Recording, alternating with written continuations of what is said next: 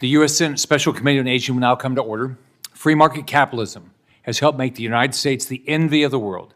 It has helped spur innovation, keep costs down, and give consumers options, empowering them to shop around and find what works best for them. When you shop around, you think about price, quality, and value. And the free market allows you to find the option that best suits your needs and your budget. For too long, Americans have been robbed of the ability to make informed choices in healthcare because they don't have the information they need. Our country has allowed the U.S. healthcare system to operate in the shadows, without price transparency or true consumer choice. And the result is a complicated system of inflated prices, shrouded in secrecy that forces Americans to ask the wrong questions. Instead of asking, is this the best doctor for my needs? We ask, is this doctor in my network? Instead of asking if the cost of the surgery or medicine could be more affordable or better quality elsewhere, we ask, how much is the copay?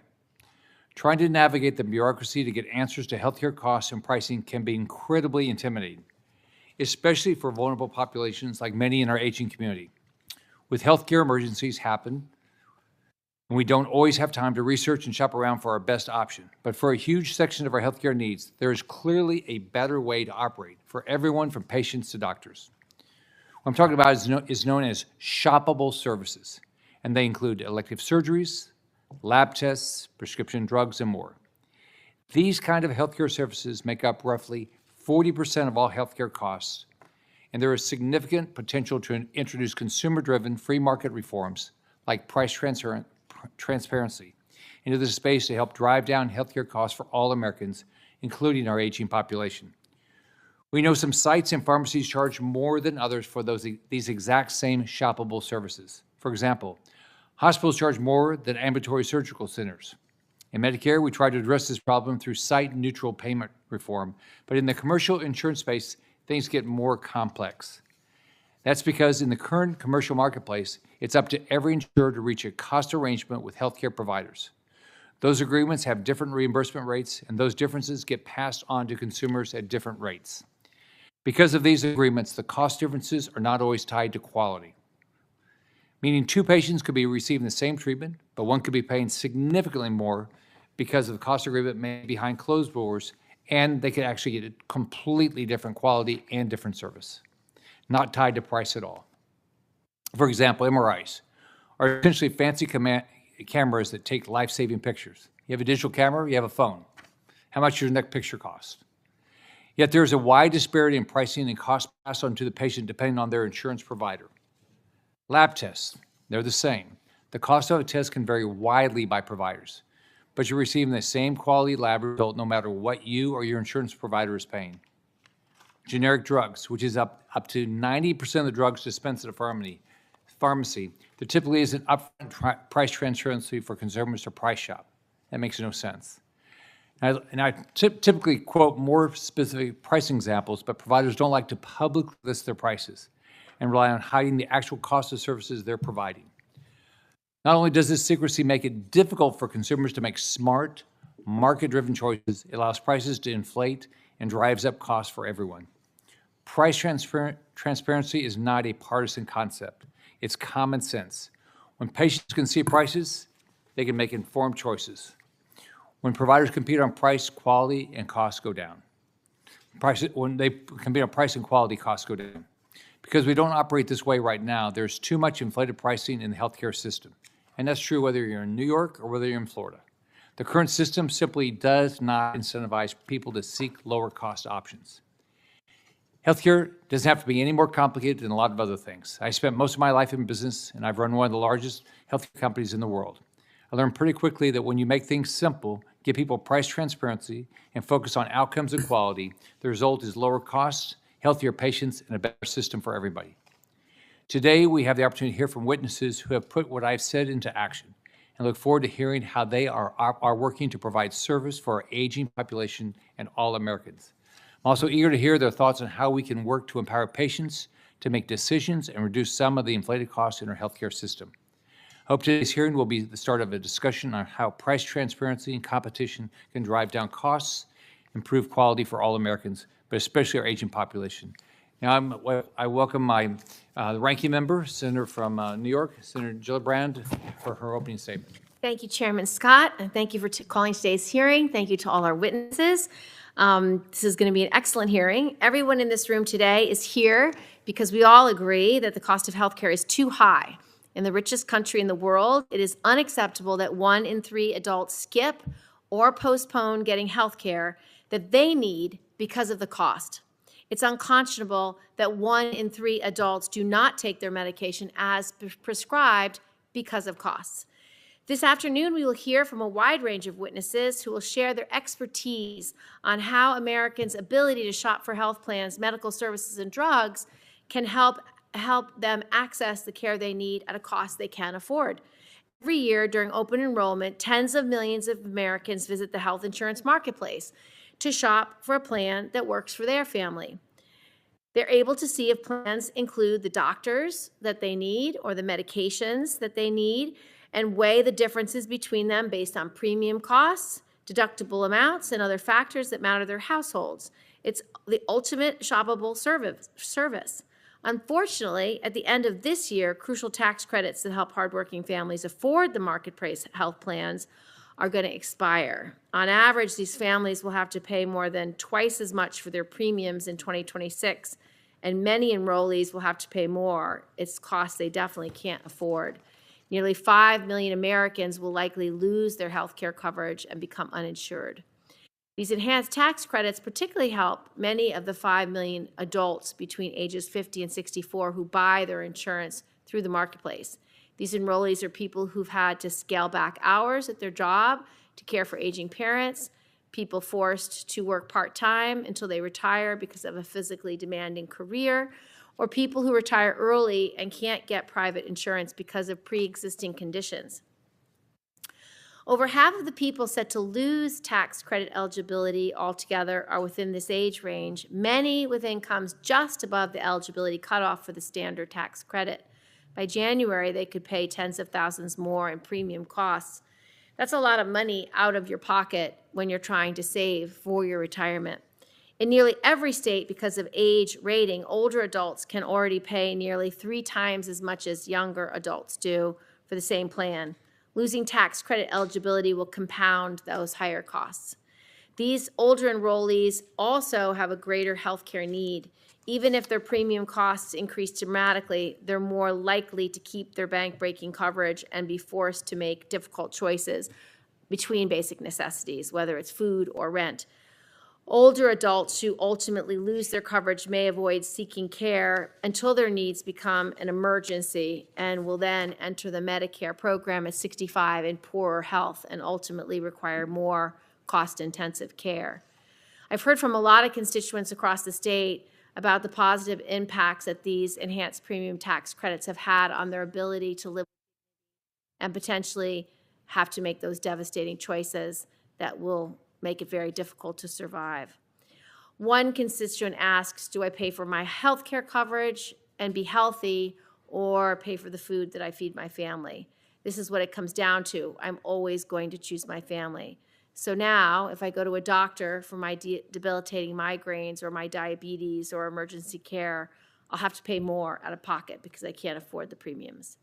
Another constituent shared, I depend on my health insurance for daily medication, frequent appointments, and procedures. I'm a New Yorker that has worked full-time since I was 19 and still can't get ahead in life. I can't afford to see the doctors without insurance, and my employer plan is unaffordable. What am I supposed to do? These enhanced premium tax credits have been a key driver of the record 24.3 million Americans being signed up for coverage in the marketplace. They play a vital role in bringing down the cost of accessing high-quality care for many enrollees.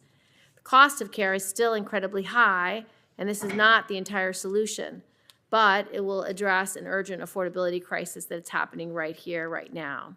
For example, people in Idaho have already started signing up for coverage, and in less than 10 days, people will across all the other states too. If Congress doesn't act to extend these credits before enrollment begins, Americans will experience sticker shock at the rate hikes and may decide to drop coverage with only a very slim possibility of them ever being able to come back. I stand ready to work with my colleagues on this to reach a bipartisan deal and extend the critical tax credits. that will allow consumers to shop for healthcare plans that cover the cost of medical services and drugs and what they need to get for their healthcare. I look forward to the discussion about how to lower costs. I know you all have some really great ideas that I want to hear about, and I'm excited that this committee is working on how we best lower costs. Thank you. Thank you. Now I'd like to welcome our witnesses, all of whom are at the forefront of challenging the status quo in today's healthcare system. First, I'd like to recognize Mark Cuban, our second shark this year. Mr. Cuban is the co-founder of Cost Plus Drugs Company, an innovative online pharmacy that's changing how Americans purchase their medications. At his company, he lists the medication's actual costs, adds a 15% transparency markup, and sells directly to consumers. For millions of Americans struggling with high prescription costs, especially seniors on fixed incomes, this model has shown that transparency and competition can deliver real savings. Thank you for being here. You may begin your testimony.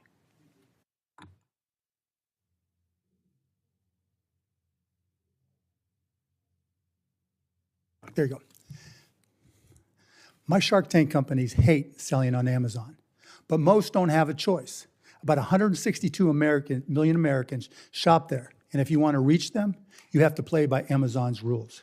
Amazon knows this and takes full advantage, adding and raising fees, and even launching competitive knockoffs. They get away with it because they control the marketplace and because 162 million people shop there, which makes Amazon incredibly sticky. So what does that have to do with healthcare? Insurance companies work the same way. Over 300 million Americans have some kind of coverage: commercial, ACA, Medicare, or Medicaid. Every one of those plans hires a pharmacy benefit manager, or PBM, to run their drug benefits. The biggest PBMs, all owned by the largest insurance companies, control pharmacy benefits for about 270 million Americans. That's a lot of power. And that's also 70% more people than Amazon reaches. Like Amazon, PBMs control the store shelves, but their shelves are called formularies. The list of drugs your insurance will cover, and if a drug isn't on the formulary, it's invisible to doctors and patients. But here's the kicker. Unlike Amazon, which wants lower prices, PBMs actually prefer higher prices.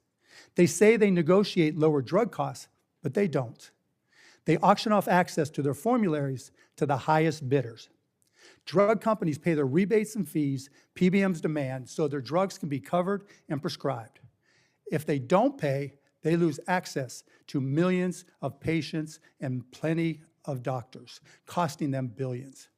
These rebates and fees are based on a percentage of a drug's list price called WAC, the wholesale acquisition cost. The higher the list price, the more money PBMs make.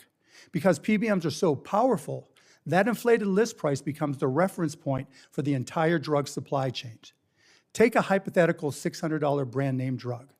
The PBM strongly suggests the manufacturer set the price at $600 with a 50% rebate and another 10% in fees, leaving the manufacturer with $240 net.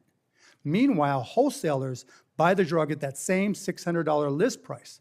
How many industries do you know where the wholesalers pay the full list price? The three major wholesalers all use the same list price and get paid almost identical fees. There's zero competition, and their fees are also, because they're tied to list price, they make more money when prices rise. Pharmacies buy from wholesalers at about a 5% discount. You'd think PBMs would reimburse them more than their costs so they can make a profit. They don't.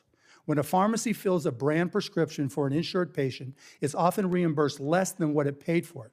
And if it doesn't fill enough of those money-losing prescriptions, PBMs or wholesalers can penalize them. It's no wonder independent pharmacies are disappearing. Now, what does the patient pay? If they're uninsured, they pay that $600 list price. If they're insured but haven't met their deductible, they still pay the full $600. That's crazy. We were told that PBMs negotiate lower prices for patients, but they're so bad at their jobs, they can't even get patients a deal that's better than the retail price. But the rebates and fees that they collect on that $600 flow straight from the patient's pocket to theirs. Patients are getting ripped off because PBMs and wholesalers insist on using inflated list prices instead of transparent net prices. Because the whole system is built around list prices Everyone, PBMs, wholesalers, and insurers have an incentive to keep prices rising, and they almost always do. It's costing patients tens of billions of dollars and forcing many to go without the medications they need.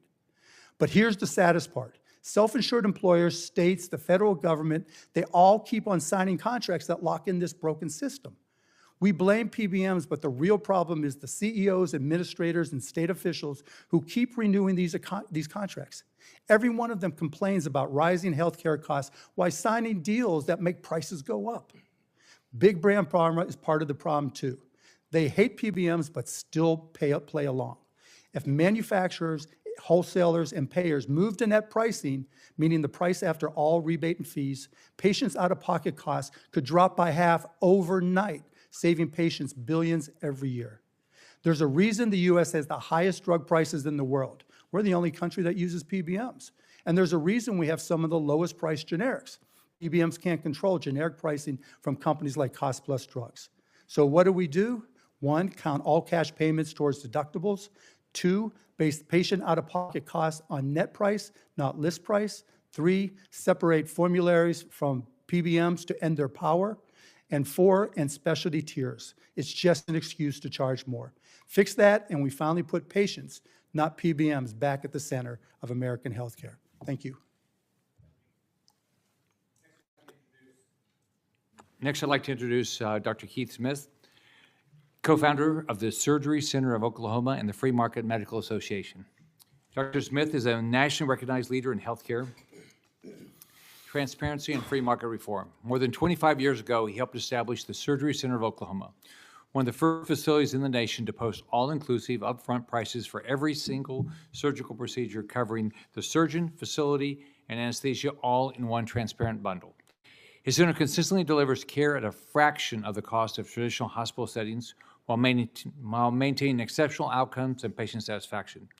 In addition to his clinical work, Dr. Smith co-founded the Free Market Medical Association, which brings together physicians, employers, and patients to promote transparent, market-driven solutions in healthcare. His leadership has inspired similar models across the country, proving that when providers compete on price and quality, patients win. Dr. Smith, thank you for being here today. Please begin your testimony. Thank you. The Surgery Center of Oklahoma was founded in May of 1997. The goal was to gain control of the medical and financial treatment of our patients. The problem was that even a minor surgical procedure performed at a large hospital meant bankruptcy for many patients, including insured patients. Consistent with their attempts to maximize revenue, big hospitals denied physicians many times the tools and supplies they thought appropriate to treat patients.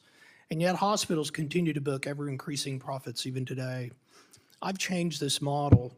Our model is grounded on mutually beneficial exchange. While we save patients tens of thousands of dollars, currently the only ones walking through our door are patients paying for their own care, about half the population.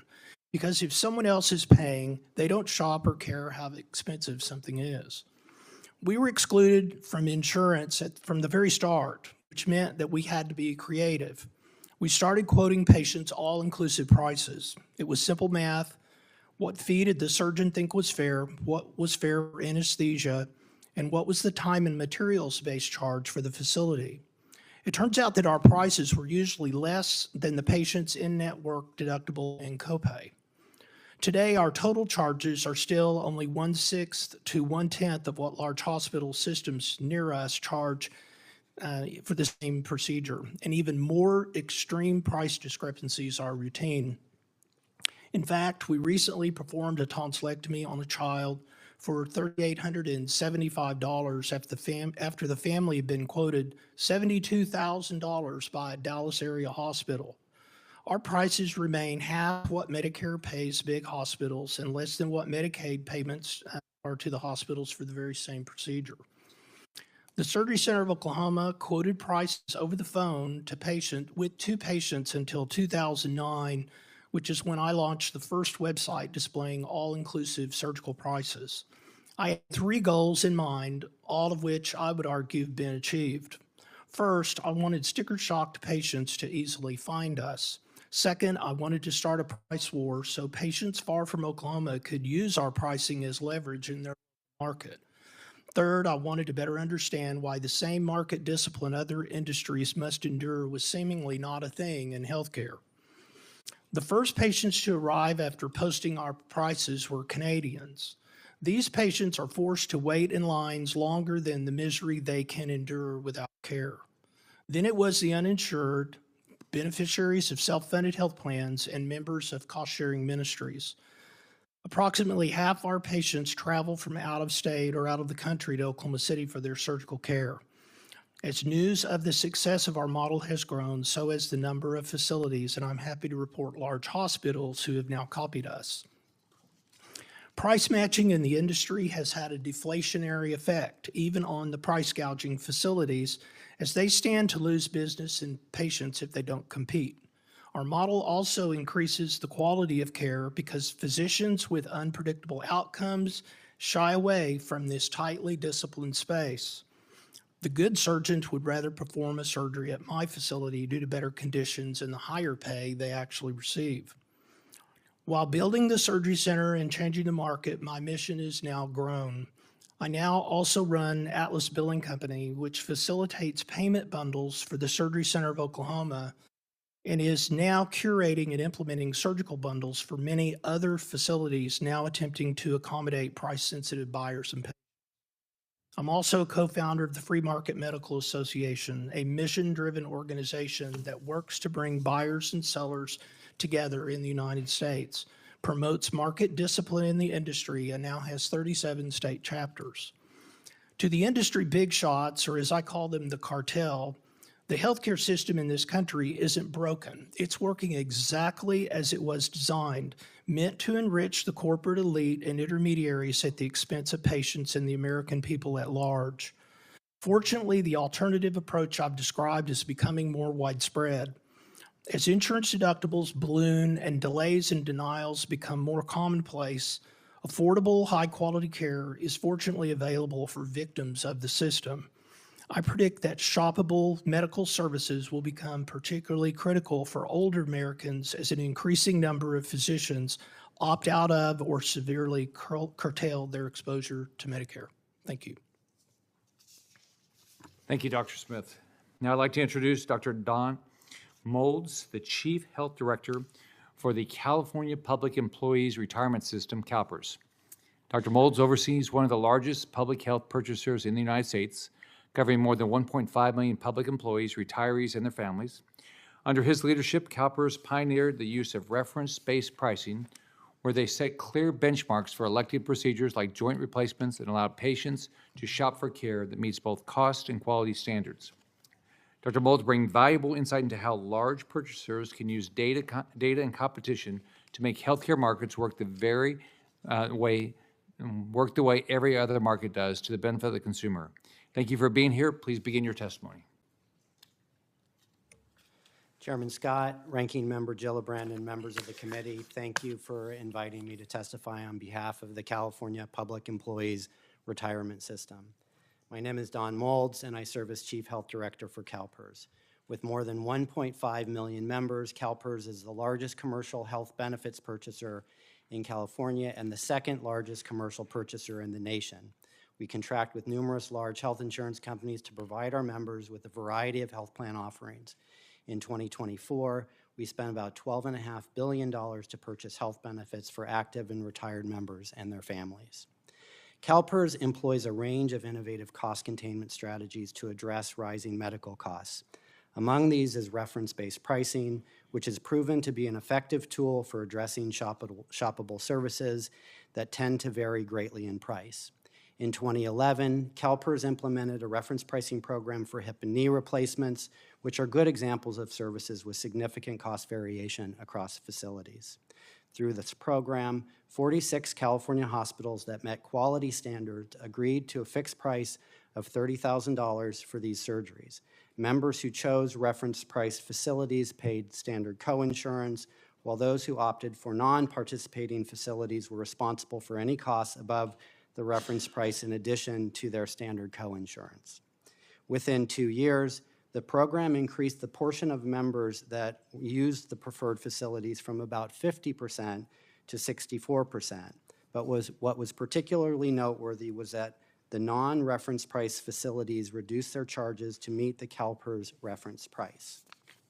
As a result, price variation decreased dramatically. The average price dropped from $35,000 to $25,000, while the non-reference price facilities dropped their prices from $43,000 to about $27,000.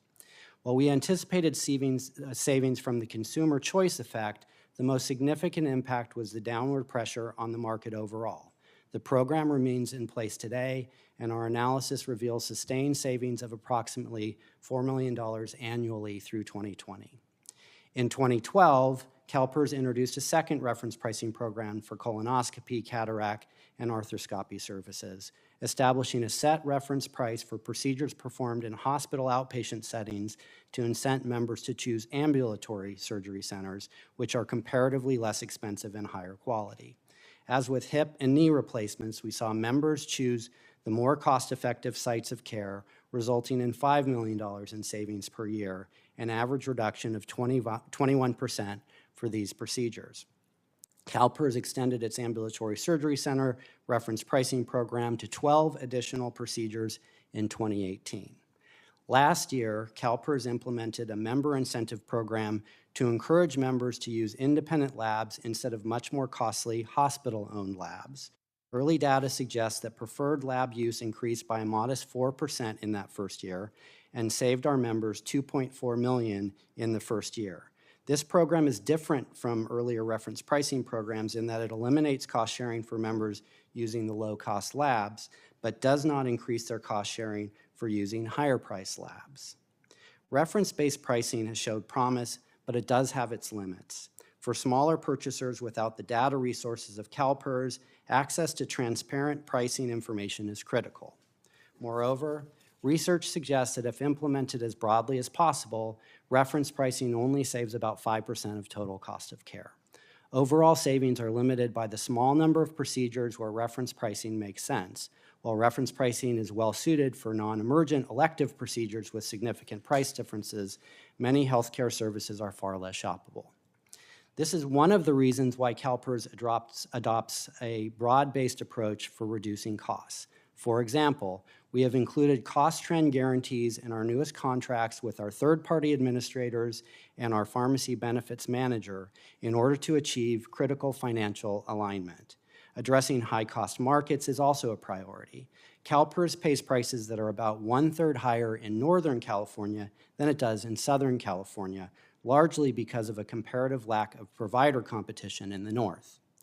Thank you again for inviting me to participate in today's hearing. CalPERS is proud of the savings we've achieved through our reference pricing programs, which is one part of the kind of broad-based approach that is necessary to rein in healthcare costs. I welcome your questions. Great. Thanks for being here. Now I'd like to turn it over to Ranking Member Gillibrand to introduce her witness. Chairman, thank you, Chairman Scott. I want to move to introduce our final witness, Dr. Jeanne Lambrew. Dr. Lambrew is the Director of Health Care Reform and Senior Fellow at the Century Foundation. Previously having served in President Obama's administration, first as Director of the Office of Health Reform at the U.S. Department of Health and Human Services, where she worked to ensure passage of the Affordable Care Act. Dr. Lambrew served as President Obama's Deputy Assistant for Health Policy, where she helped to guide the implementation of the Affordable Care Act. Most recently, Dr. Lambrew served as the Commissioner of Maine's Department of Health and Human Services, following her appointment by Governor Janet Mills. Thank you for being here, and you may begin your testimony. Chairman Scott, Ranking Member Gillibrand, and members of the committee, thank you for the opportunity to testify today. As you've heard from other witnesses, competition, streamlining, and shopping can optimize value. However, the nature of illness and injury and their costs means that most people can't finance healthcare on their own. This is why every industrialized nation has some sort of health insurance system. As such, I'll discuss shopping and transparency for health plans rather than health services, with a focus on older Americans purchasing coverage on their own. The Affordable Care Act created a shopping platform called Health Insurance Marketplaces. Marketplaces offer health plans that have different levels of coverage. Shoppers can see if their doctors or drugs are covered, and some marketplaces are active purchasers, requiring insurers to use some of the strategies discussed here today. This shopping experience is enhanced by premium tax credits. These credits are competitively set based on a benchmark plan. Currently, eligible employees pay no more than 8.5% of income for that benchmark plan, with lower income people paying lower percentages. These tax credits are like vouchers. With your tax credit, you can shop for any plan in the marketplaces. And while improvements can and should be made, the marketplaces work. Premium growth has averaged just 2% in the past 5 years. Choices have expanded, and enrollment doubled since 2020 to 24 million people. About half of these people are self-employed or small business workers, and many are rural residents or veterans. Marketplace coverage is especially important for older Americans. Nearly 1 in 4 marketplace enrollees is age 55 to 64. Nearly 1 in 10 older Americans relies on coverage purchased on their own. And the uninsured rate among people ages 50 to 64 has dropped by 50% due to marketplace changes and the other ACA reforms. This is about to change. The budget reconciliation law and recent rules will reduce marketplace coverage. Moreover, the enhanced premium tax credits currently in place will end in December. As a result, the average marketplace enrollee will pay more than twice as much out of pocket for premiums starting in January. There is no historical precedent for such a large one-year increase for so many Americans. The cost increase will be even higher for people with incomes above 400% of the federal poverty level if the cutoff of premium tax credits is reinstated. Over half of people losing tax credit eligibility will be people ages 50 to 64. For example, a 60-year-old couple with income $85,000 will face an average increase of $22,000. This represents 27% of their household income. The income varies by location. The same couple will pay $28,000 more in Savannah, Georgia, and about $31,000 more in Caribou, Maine. To put this into context, if this couple paid that extra amount until they become Medicare eligible, it would consume over 60% of the typical retirement savings. Others will simply be unable to afford these premiums. They will become uninsured. Older people losing coverage are at greater risk of unmet needs, worse health, and premature death. The impact will extend to other Americans as well. Medicare costs are likely to rise to pay for the unmet needs of previously uninsured enrollees. The individual market stability and affordability will be reduced, according to all insurance commissioners across the country.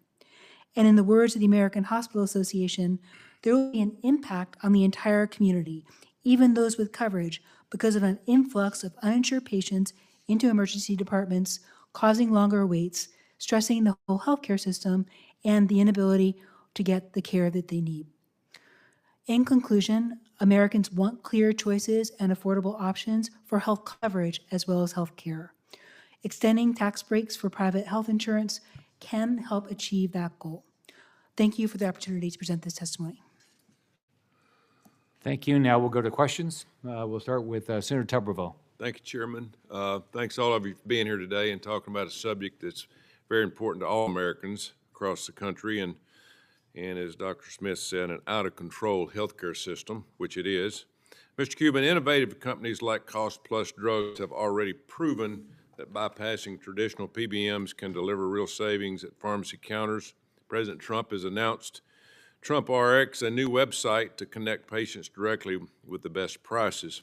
How might Trump and RX and direct patient programs improve affordability for patients? Your basic why you're doing this. Yeah, I mean, we'll work with Trump RX. I mean, it's incredible. It's stupendous. It's like the most incredible program ever.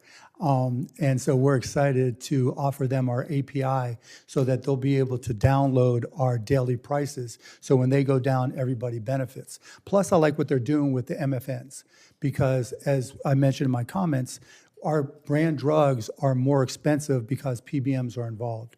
And with Trump RX and the MFN program, that allows manufacturers to work around the PBMs and work directly to patients. So I think it'll save seniors, it'll save everybody a lot of money. You think this is the future?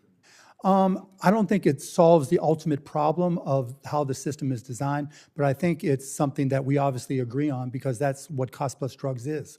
We publish our entire price list every day. Your company posts drug prices with full cost breakdowns. How does this transparency help save patients money? I mean, you know, with costplusdrugs.com, any patient can just go look at their price for their medication. And so there's no uncertainty. But more importantly, by seeing our markup of only 15% and seeing our costs, that builds trust. I always tell everybody in our company that what we really sell in this industry is trust. And so I think that's what's really allowed us to grow so quickly. So if you sold Ozempic and somebody else went through PBMs, how much cost would they save? Well, if you look at what's happening now where the PBMs work with sponsors, they're typically being charged $1,300. And if you look at the direct-to-consumer programs that are being put out there by Novo and Lilly, it's $499 or less and probably falling. So there's already a significant difference. And the crazy part is that difference of $800 typically goes right into the pocket of the PBM, who then decides how much they're going to give to the employer.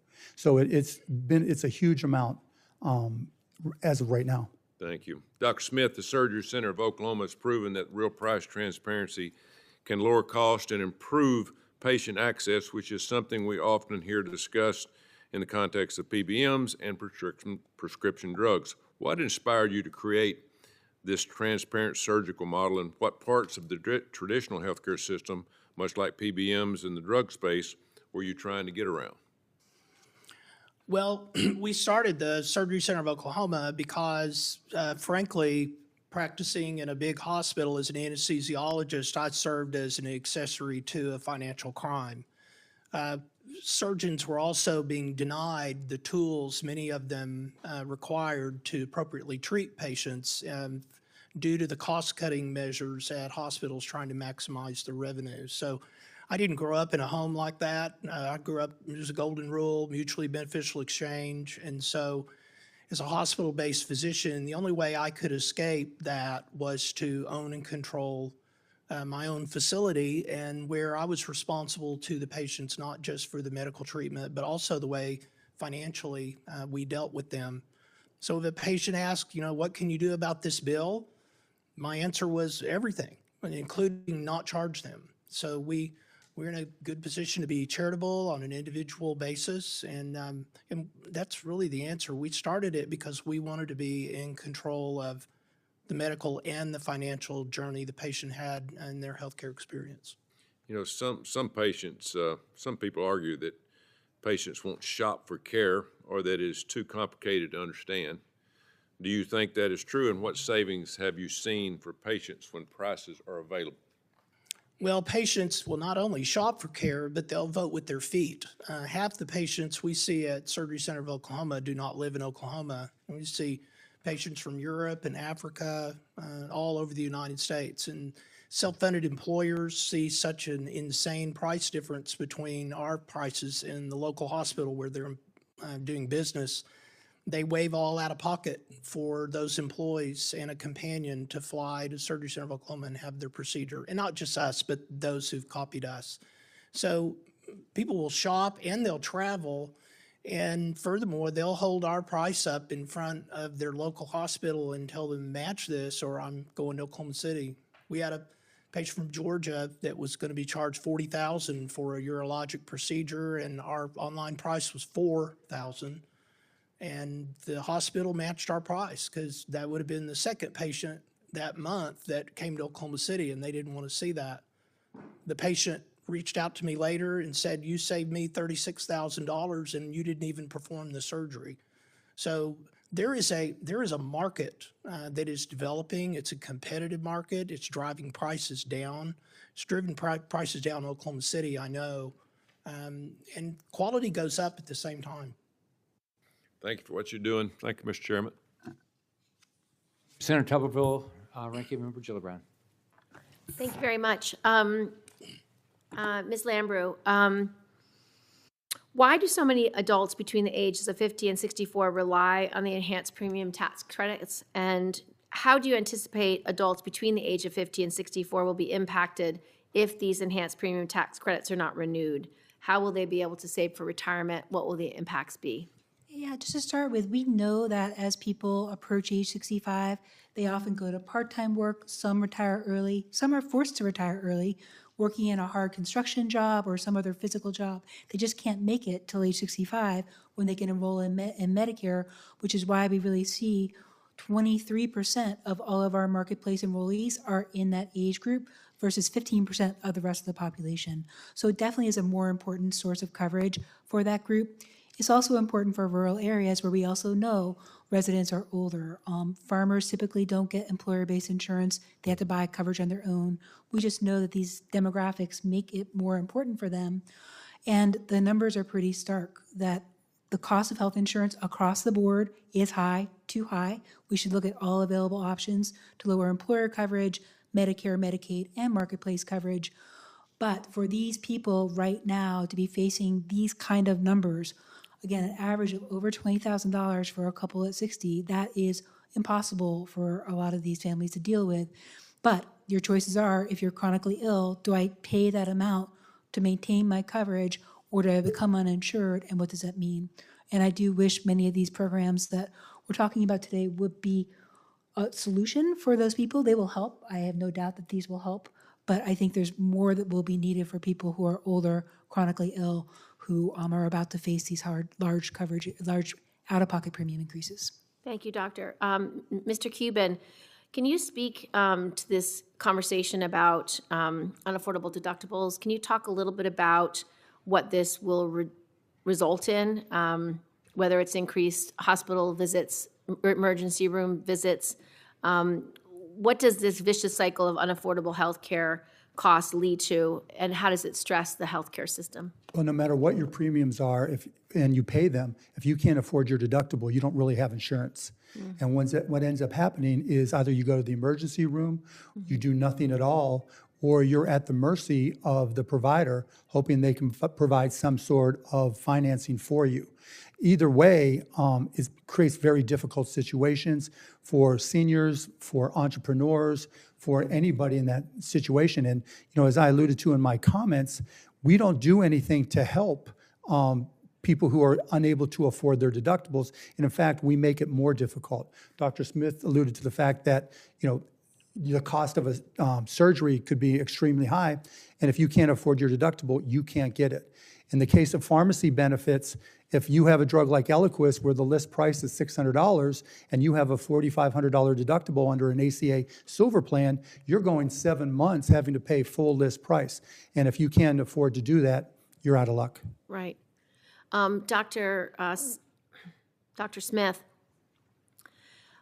you mentioned how increasing the number of physicians are either opting out or severely limiting their exposure to the Medicare patients. Why are physicians increasingly dropping Medicare, and how are these patients going to get the care they need? What factors are driving up the cost of providing care, particularly for older adults, and what can be done on the federal level to provide greater stability for these practices to enable them to treat older adults? I think Medicare is it's a burdensome quagmire. It's heavily regulated. I probably get 10 emails a day asking me to pay somebody to attend a course to figure out how to navigate this new regulation that's come out. So it's very burdensome. Also, the payments to individual physicians, the independents, have not really kept up, and frankly, they've been wrong. Top-down pricing seems to always be wrong. It's either too high or too low, and that's what happened when RBRVS came into place in '92. True pricing comes from market activity, and that's absent in the Medicare program. So That's right. when an anesthesiologist like me is paid $78 for the anesthesia required for a surgeon to do a knee replacement, that's a message, and message sent, message received. The last open heart surgery for which I provided anesthetic in 1992, Medicare paid me $205. So I knew it wasn't personal. Prices are just signals, Right. And that wasn't personal. That was just an idea of what my time was worth. And I walked away, and I haven't accepted Medicare payments since. I treat patients free of charge instead of file claims. But it's Thank you, Dr. Smith. payments, and it's regulatory burden, and frankly, risk. Yep. Thank you. Thank you. Senator Johnson. Thank you, Mr. Chairman. Again, excellent hearing. I think it's kind of notable when you have a hearing on how to improve outcomes and lower costs. Most Republicans show up. We have the ranking member here on the Democrat side. It's pretty interesting. We're looking ahead at how to do that, but I think in order to fix a problem, you have to really define what the problem is. You have to look at the past. And I don't want to dwell too much on the past, but right now there's been a lot of talk about extending the enhanced temporary subsidies that were put in place to help people through the pandemic. So I have to talk a little bit about Obamacare. And Ms. Lambrew, you were part of the Obama administration after the passage, but leading up to the implementation of it, correct? So you were there when President Obama was out there saying that Obamacare would lower the average premium for a family by $2,500 a family, correct? I was there when we talked about slowing the growth of healthcare, yes. President Obama made that claim, right? $2,500 lower premium per family, correct? Over time with slower growth. Okay, that hasn't panned out, has it? It has. It has not. We have Premiums, seen slower growth. Inflation has in the gone up health insurance marketplace. 39% since 2013. I've seen, again, it's very difficult because you have a whole range of premiums, but just one benchmark premium's up to 118%. That's 3 times the rate of inflation. So no, that did not occur. Premiums have skyrocketed because of the faulty design of Obamacare. President Obama said you could keep your doctor, you could keep your health care plan. That was PolitiFact's 2013 lie of the year, correct? Today, there is no lower percentage of people with employer-based coverage than there was People before lost the their law doctors. was For example, passed. Obamacare outlawed high-risk pools, which worked beautifully in states. They worked beautifully in Wisconsin. As an employer, we use them all the time. It worked great. You outlawed those. You outlawed short-term plans. So again, that was PolitiFact's 2013 lie of the year. Let's just look at enrollment history. Obamacare impacted Medicaid expansion, okay, and there's problems with that, but let's focus just on the individual market. That was the other thing that Obamacare, again, fix all these, this marketplace for individuals. There are about 12 million people prior to Obamacare taking advantage of the individual markets. You completely disrupted that, got rid of high-risk pools, got rid of short-term policies. Before the pandemic, there were 14 million people on the Obamacare exchanges, so 2 million more people on these individual policies. Then all of a sudden, with the enhanced premiums, all of a sudden we're up to 24 million people. Now, are you aware of the problem we're having with the no premium policies, of phantom policies where you have unscrupulous agents and brokers signing people up without their knowledge? They get a commission. The premium tax credit goes directly to the insurance companies. We've seen estimates $20 to $30 billion per year of premiums going to the insurance companies on phantom policies. People make no claims on them. Are you aware of that? I am aware that there are agents and brokers that have been falsely signing people up. Last year, action was taken. 500 of them were unsubscribed. So we've gone from This year, the HR 1 did include many policies to address that. But the reality is that those people are the victims, and we are trying to make sure that we keep them again, covered when they want to my sign up for point being, coverage. went from 12 million to 14 million, now up to 24. That's not 24 million real people. The uninsured There are rate in the millions country, that the aren't uninsured even, rate in this that aren't country even has there. dropped, So sir. again, you're Yes. saying this is going to be a huge problem. Now, isn't it true that the original design of Obamacare, there were no subsidies for people making more than 400% of the poverty line, correct? Yeah, there are currently 3 to 4 Just times more answer the subsidy for question. The people with original design of Obamacare, nobody working or making more than 400% above the poverty line got a subsidy, correct? people who have employer-based coverage get a subsidy. People with Medicaid get a subsidy. People before the Affordable Care on the Act buying coverage on their Okay, own, so the retiree, so the the enhanced farmer subsidies, could not get help from the enhanced federal subsidies, government. the enhanced subsidies started providing subsidies for people above 400% poverty. Your chart here on page 6, this is talking about people higher out-of-pockets that didn't qualify for subsidies in the original Obamacare. The subsidies aren't going away when the enhanced premiums go away. The original design of Obamacare stays in place, correct? Correct? We know that people have been significantly helped by the improvements that were made in 2020, and people will be hurt if they leave.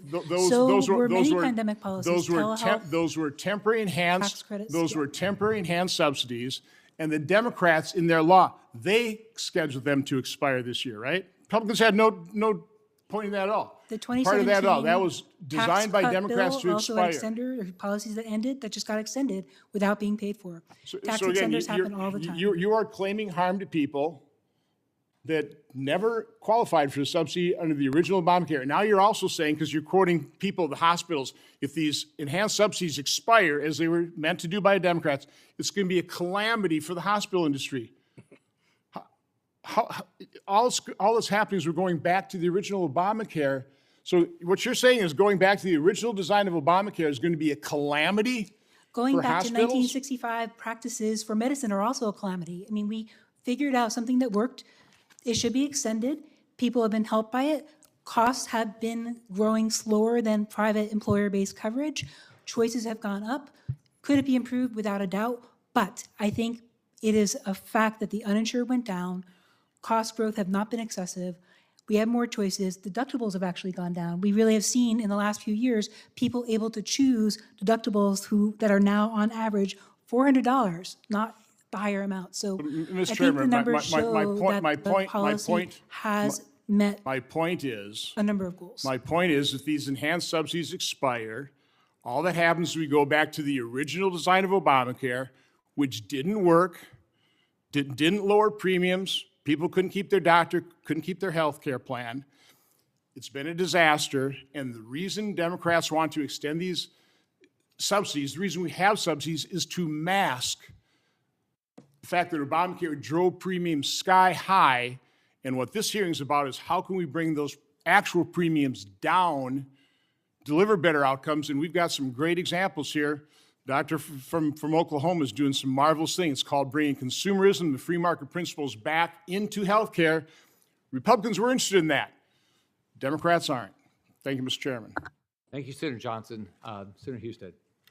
Thank you, Mr. Chairman. I appreciate you hosting this hearing today. And I know that I want to start out by healthcare inflation is a problem for everybody in the American economy. It's the #1 driver of inflation in the 21st century. What we have now doesn't work. And so hopefully we can constructively have conversations about how we make it work. And one of the ways that we have driven down some costs are over-the-counter drugs, moving prescription drugs to over-the-counter drugs. It saves American consumers $170 billion annually. Working with Senator Hassan, we have a streamlining marketplace access and reform for therapeutics called Smart OTC Act, which will help the FDA identify drugs that could be candidates for over-the-counter and help companies move those to over-the-counter more quickly through the FDA. So I would encourage us all to look at that as we move forward. Now, Mr. Cuban, thank you for the example that you used with the monopoly and Amazon. That's in consumer products, which we know is troublesome. Higher, monopolies create higher prices, lower quality in general. But that's in a consumer marketplace. Healthcare, oh my gosh, people don't have choices at all. They have no choice for most people about where they go consume that healthcare. And I think that you make a great point. But the healthcare system seems to be conspiring to create a monopoly, marketplace monopolies, across all aspects of what it does for a service that everybody must have, which makes the pressure of cost and quality even more stark. And so I do have, Mr. Moulds, I want to ask you a question about anti-competitive contracting for healthcare. Because we know it creates a monopoly environment, it increases costs. I'm going to give you 4 examples, and I want you to react to these. All or nothing clauses, anti-steering, anti-tiering clauses, most favored nation clauses, gag clauses, which create anti-transparency. All of those carve up marketplaces, don't allow for competition. I want your thoughts on what eliminating them might do to improve patient benefits, quality, and lower costs. So we've actually been involved in litigation on some of these at CalPERS in California. The all or nothing clauses in particular were the subject of a lawsuit there. And in general, they are some of the challenges, but by no means the only challenges. We are seeing in California increasing consolidation, not just in the north. I mentioned that our costs are about 35% higher in the north, but in the south, where we've historically seen pretty good, comparatively good You have consolidation, competition. though, and in contracts that restrict, isn't that, So some of the combination, isn't that lethal? Potentially, absolutely, yes. So some of these provisions we don't see as commonly in contracts in California anymore, but we still have consolidation. Mr. Cuban, you understand markets pretty well. You have a reaction to those? Yeah, I think it's awful. As an example, we wanted to build on CalPERS, and it was fair. They told us that we didn't carry certain brands, but we just asked, why not add cost-plus drugs to your network? Because if we're cheaper, buy from us, and if we're not, don't buy from us. Cost-plus drugs doesn't have exclusives with anybody. We just stand by the fact that we think we'll be better for patients because we're less expensive. And so we were told, and this isn't just CalPERS, any of the big PBMs, when I go and speak to a CEO, I give them the test. And the test is just ask your PBM if you can add cost-plus drugs to your network, and only use us if we're less expensive. 100% of the times, they've been told no. Yeah, Mr. Moulds, do you have something you want to add to that? I want to just start by saying that Mr. Cuban's work in this space has actually been enormously helpful to us. Having his prices out there have helped us negotiate prices in our contract, so we are grateful for that. We did negotiate in our most recent contract that starts in January a provision that allows us to carve out. So we continue to look at where we can. So is that a yes? That is a always open to the conversation, Okay. not a yes. Well, and I'll just close with this, is that you talked about consolidation. You have these tools that are used inside the marketplaces where people want to consolidate. They want to limit others competing in their space, which allows them to basically command whatever price they want. No market would work well like that. But in a healthcare marketplace where people don't have choices, I can decide if I'm buying water. I may decide to buy something else. But in healthcare, I don't have a choice. And I know that's what Mr. Smith's trying to create choices. But I'm hopeful that we can eliminate some of these tools that are being used to carve up markets and drive up prices. Thank you, Mr. Chairman. Thank you. Mr. Warnick.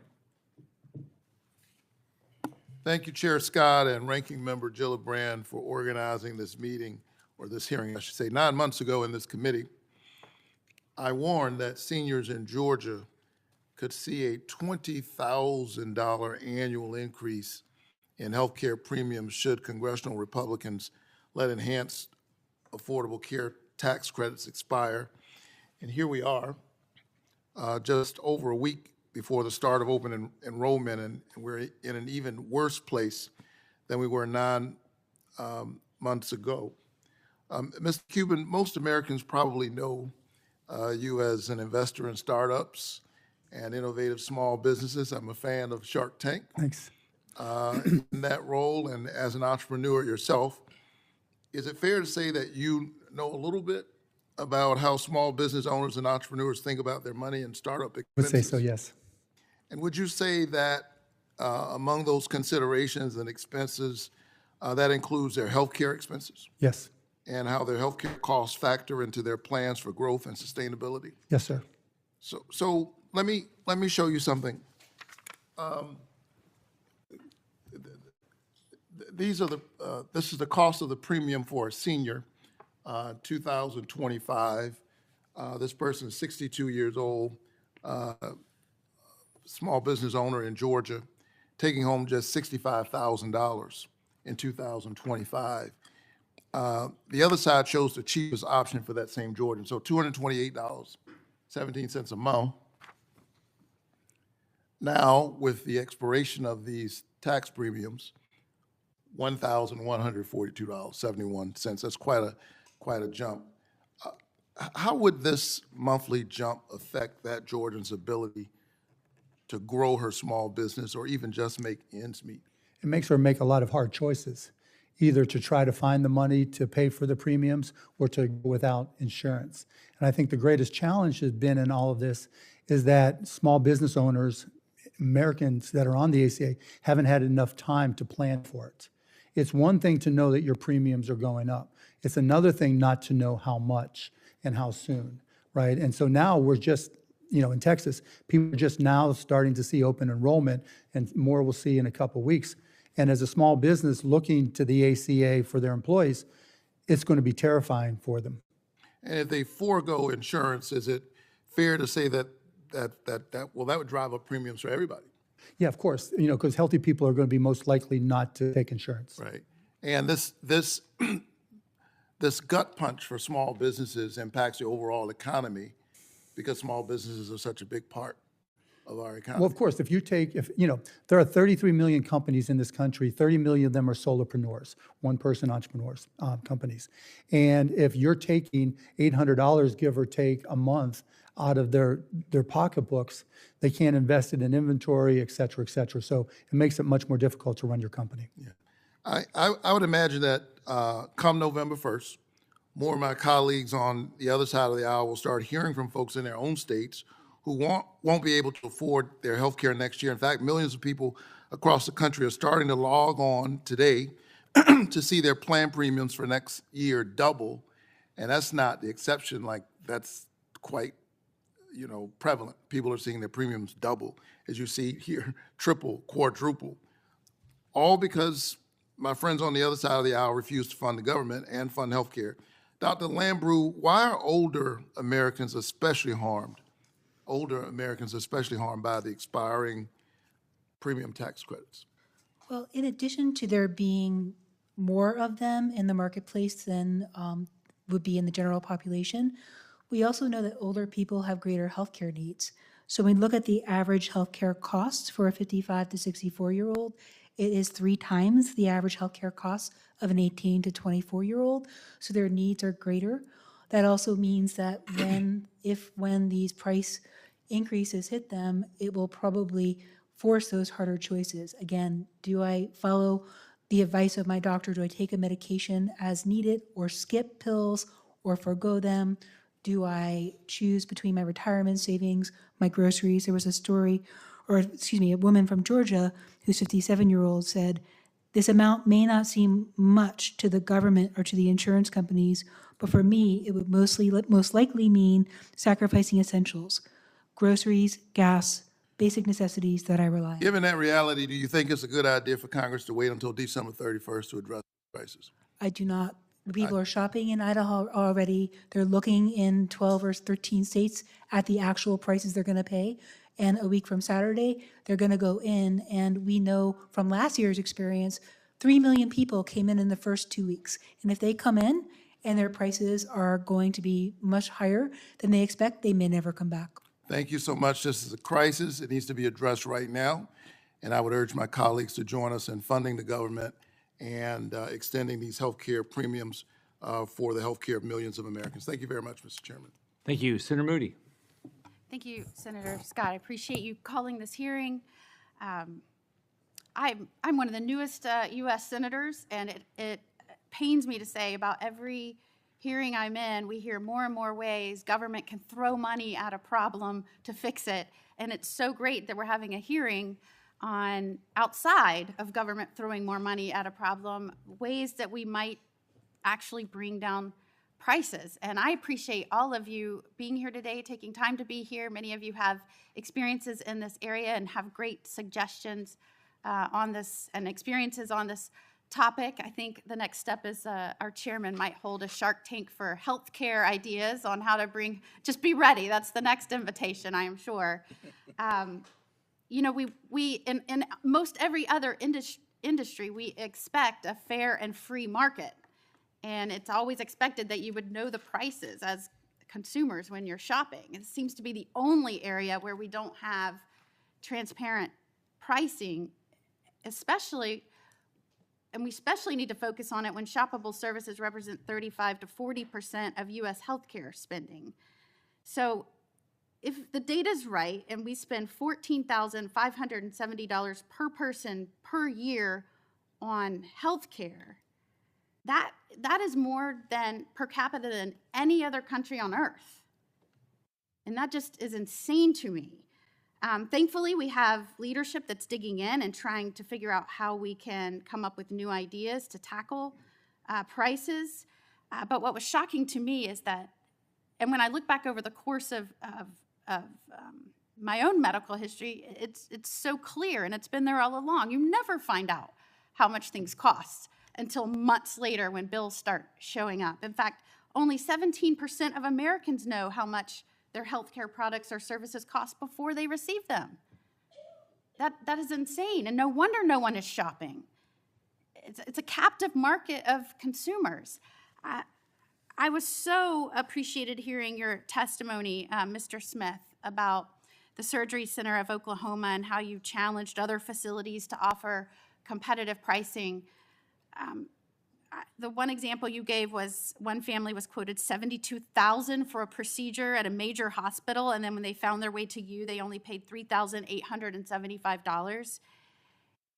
Since you opened your facility, how many other facilities started like yours, either in your state or nationally, that you know of? If you include all of those on the continuum who are either posting prices or agreeing to enter into single case agreements for a single case for a price, to those who will quote a price over the phone but won't write it down, it's in the hundreds. It's not in the thousands. It's such a dynamic situation because every time a big hospital or a surgery center that's not inclined to reveal prices is faced with losing a patient to me, to Wellbridge Surgery Center in Indianapolis, to Texas Free Market in Austin, and anyone that's a member of the Free Market Medical Association, they have to step up now and match those prices or they lose those patients. And it's about half the people in the country that have sticker shock, either directly or indirectly through their proxy buyer, their self-funded employer. When you started, were there any federal regulatory or statutory hurdles to you starting this clinic up, or have you been faced with those since you started? Is there anything that we can do to make it easier for places like yours to start?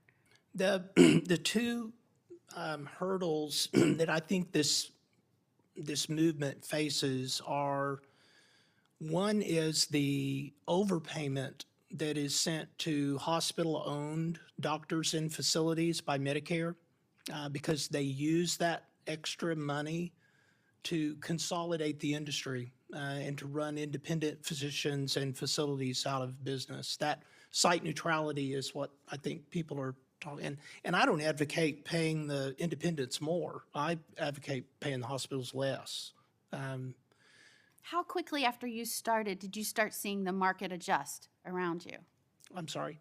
After you started your first surgery center, how quickly did you see the market adjust to start trying to be competitive with you, or did you not see that? We did not see that really until I posted the prices online in 2009. When we opened in 1997, the response of the industry was to try to crush us through the state legislature. In 2009, when we posted the prices, that's when we began to see price matching, not just in Oklahoma, but all over the country, because patients will travel to have surgery performed. Thank you, Chairman. Thank you, Senator Moody. Senator Warren. Thank you, Mr. Chairman. Thank you for holding this hearing, and thank you, Ranking Member. So military families keep us safe, and DOD's TRICARE program is supposed to keep those military families healthy. Since 2009, the TRICARE pharmacy benefit has been administered by Express Scripts, the nation's largest pharmacy benefit manager, or PBM. Express Scripts decides which pharmacies are in-network or out.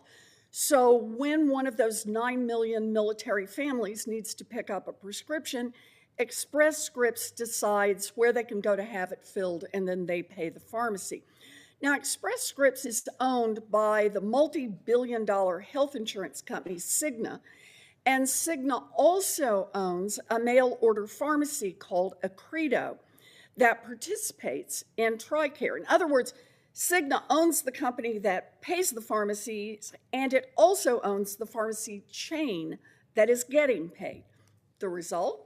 Well, Express Scripts can under-reimburse the other pharmacies and give inflated payments to its corporate cousin, Accredo. Express Scripts has been caught doing exactly that kind of self-dealing in other government programs, but right now the Department of Defense refuses to check how much it is costing taxpayers in TRICARE.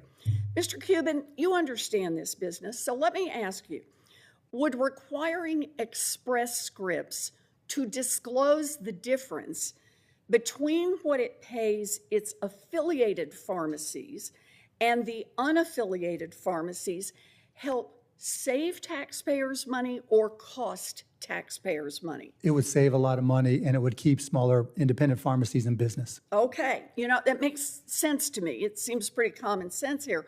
More transparency would save taxpayer money.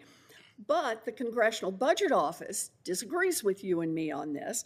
According to the CBO, price transparency would cost taxpayers money because other pharmacies would allegedly band together to demand higher reimbursements. That's their argument here. Mr. Cuban, you talk with pharmacists a lot. Do you think that independent pharmacists don't know that Accredo right now is getting a sweetheart deal and that the independents are just waiting for information to be told so that they could demand more money? I can't speak for all the independents, but I can speak for costplusdrugs.com. And so I went to TRICARE, and I have done this in the past many times, and looked up the price of some common low-cost drugs. So just recently I looked up Tadalafil, right? And our price is lower, whether it's 30 or 90 pills, than the TRICARE price is for anybody who is in network but off base. And if they're out of network, we're dramatically lower. So we don't need to band together to know that we can be cheaper. All we have to do is look at some of their prices, and it's obvious that we're cheaper. Okay, so this information is actually already out there. Yeah, I mean, it's just by looking at, and I'm just talking about the copays. Yeah. We're not even talking about what the taxpayers still have to pay to Express Scripts, Accredo, right? Which is more. They're not doing this for nothing. And so, I mean, taxpayers are getting ripped off, period, end of story. Okay, and this is where I want to see more transparency. Correct. You think that's a good thing? That's a great thing. Okay, that's a great thing. Good, I'll settle for that answer. All right, so DOD claims that this hasn't affected military families, but that is based on data from, this has not affected military families, based on data from, you guessed it, Express Scripts. So when the Government Accountability Office reviewed just a little slice of this data, they discovered, quote, persistent inaccuracies, including misreporting the number of people who lost access to their local pharmacies because the pharmacies were pushed out the TRICARE network. They left for the very reasons you described. But that was just a one-time review. So I'm pushing DOD to audit this information every single year. Dr. Lambrew, you served as commissioner of the Maine Department of Health and Human Services, so you understand the importance of program integrity. Do you think that auditing this program would help save taxpayers money or cost taxpayers money? Senator, it would save money. It would save money. So, I just want to point out here, Mr. Chairman, self-dealing by the pharmacy benefit managers keeps the cost of prescription drugs high, both for the taxpayers and for consumers.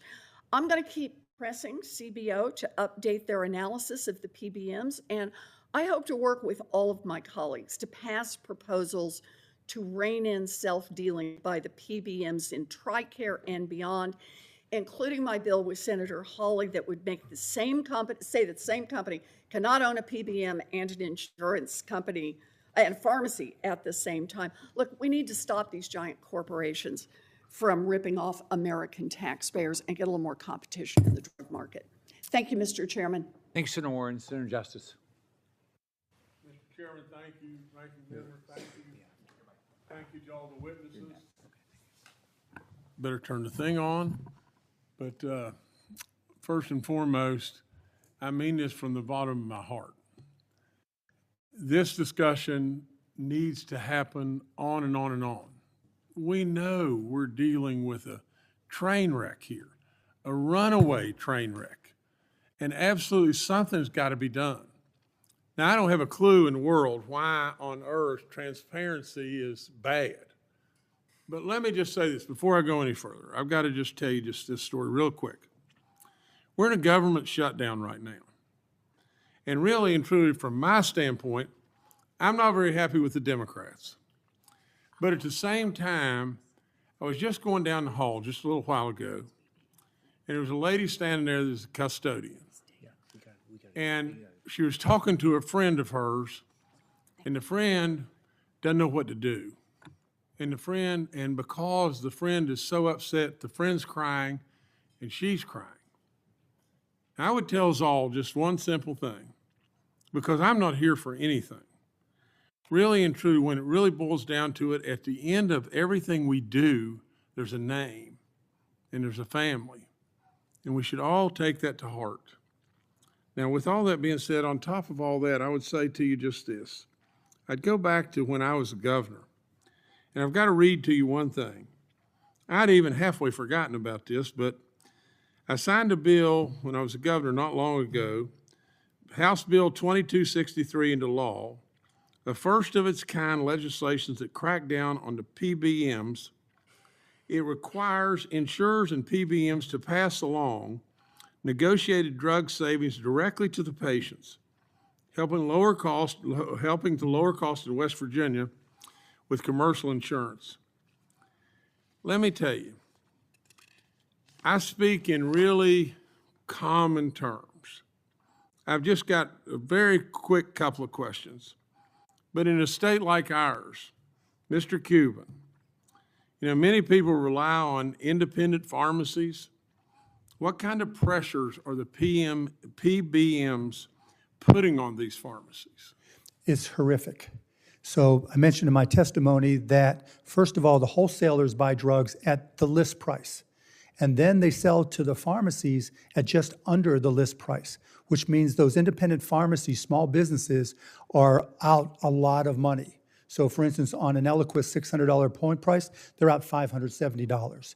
And they need to collect that money back as soon as possible. What PBMs do is not only wait to get the value of the float, but they also under-reimburse them. So instead of paying them at least the $570 so they can break even, they pay them less, knowing that there's only so much they can take where they'll either A, go out of business, or B, send the prescription to one of their captive pharmacies. And that in turn means they're not supporting their patients. And let me tell you something that a lot of people don't appreciate. That last 5 feet between the patient and the pharmacist is some of the most important time any patient will ever spend, because if they're getting medications that conflict with each other, then some really bad things can happen. So we underappreciate pharmacies, and the big PBMs are literally, purposely, as far as I can tell, putting them out of business. Well, I couldn't agree more. Let me just end by saying just simply just this. All of us realize the problem. All of us have got to have enough guts to do something about the problem, don't we? I mean, that's what it really all boils down to. Like I said, I didn't come here for anything. I've got white hair and I ride around on a scooter and I've got baby dog. I mean, for crying out loud.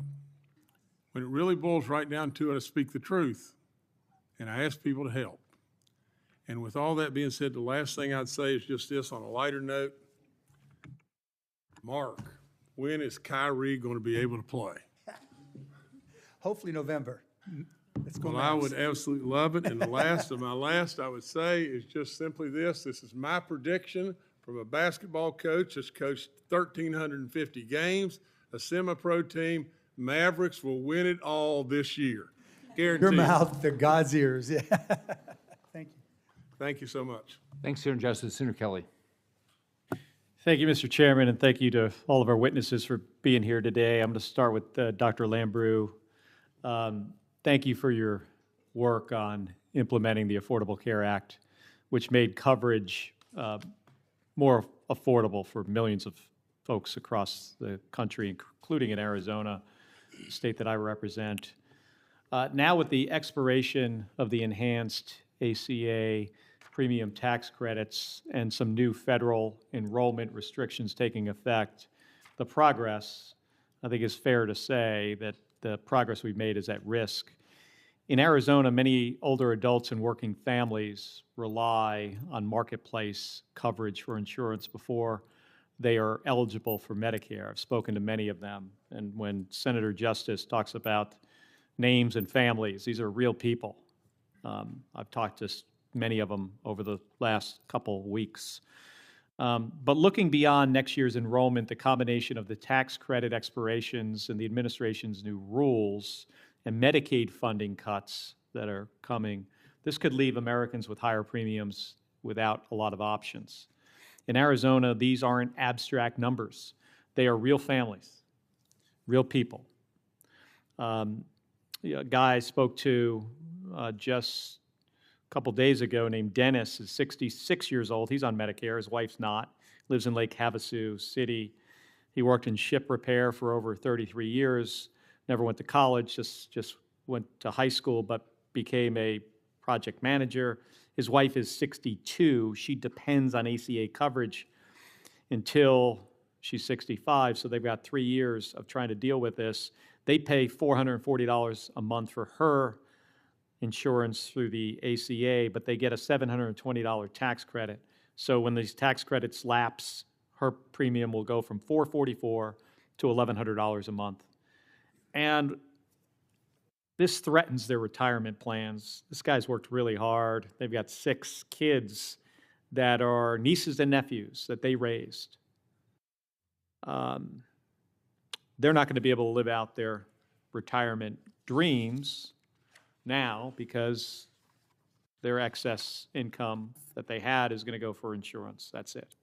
But it gets worse for other people. Robin, 60-year-old woman from Sedona, she says the expiration of ACA subsidies could lead to significant increases in her health care costs because she also gets a premium tax credit. She said it's going to make her have to decide between rent and health care. It's that simple for millions of people across the country.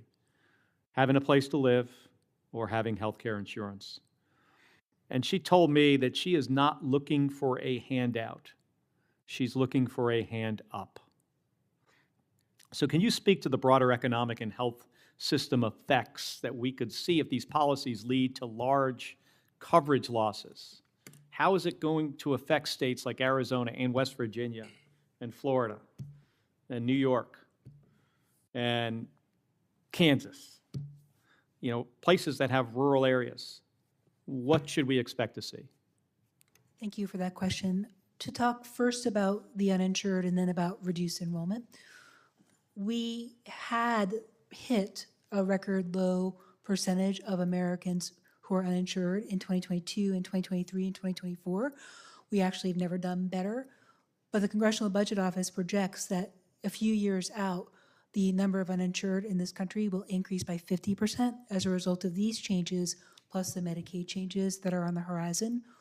We know from our hospitals and health systems and other providers who try to provide care to people who may not be able to pay, may not be able to afford it, it will strain the healthcare system, which could mean more rural hospitals close, mean more clinics really struggle to keep their hours, to keep their nurses, to really survive in a climate with less reimbursement. So there will be health system effects, not just for those directly affected, but anybody in that rural community who may not be able to get the services that can no longer be sustained. There's also a broader economic effect. Mr. Cuban talked about small businesses needing this kind of support for their workers to stay healthy, we have an estimate that 339,000 jobs could be lost just because of the expiration of these premium tax credits, because it affects hospitals, it affects communities that are around those hospitals, and that translates into $2.5 billion lost revenue every year for state and local governments. So those are just two examples of the health system and the economic effects of not continuing these tax credits. I've got some other questions. I know I'm out of time. This is obviously a complicated issue, healthcare in the United States, incredibly complicated.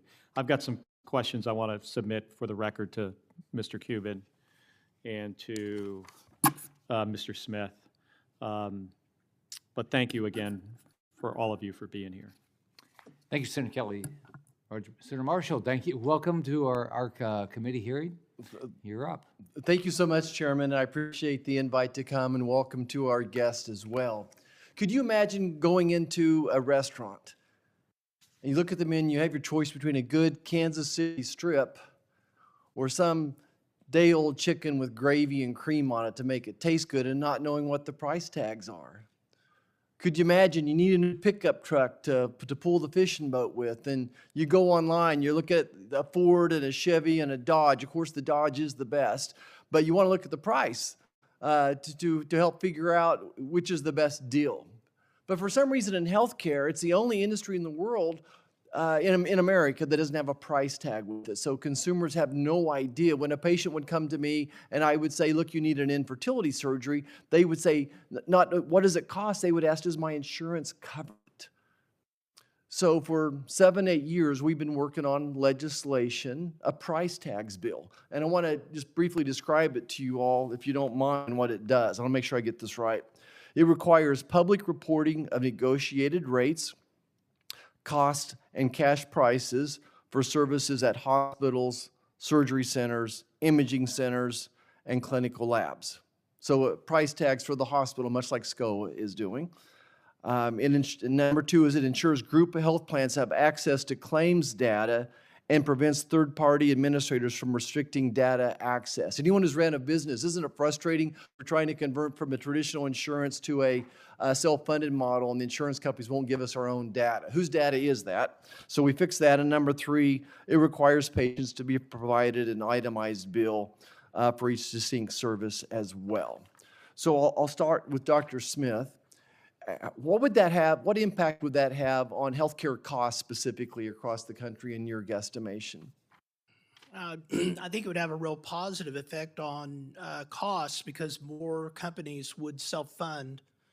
And self-funded companies are essentially our proxy buyers for individuals. So they have the same sticker shock that an individual does. And if a company has their own data and they can actually look at claims, they can compare what they paid, paid $75,000 for a gallbladder. So I think you got a great point. The only one whose health insurance costs are not going up are self-funded plans that have a direct primary care doctor running that, the folks in there as well. Do you think it would bring down the prices though of the hospitals you're competing with?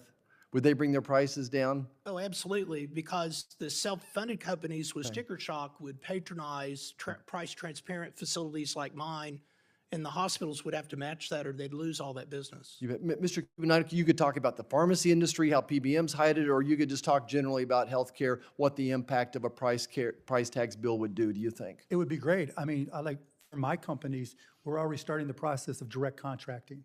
And the only way you can direct contract is if you know the prices.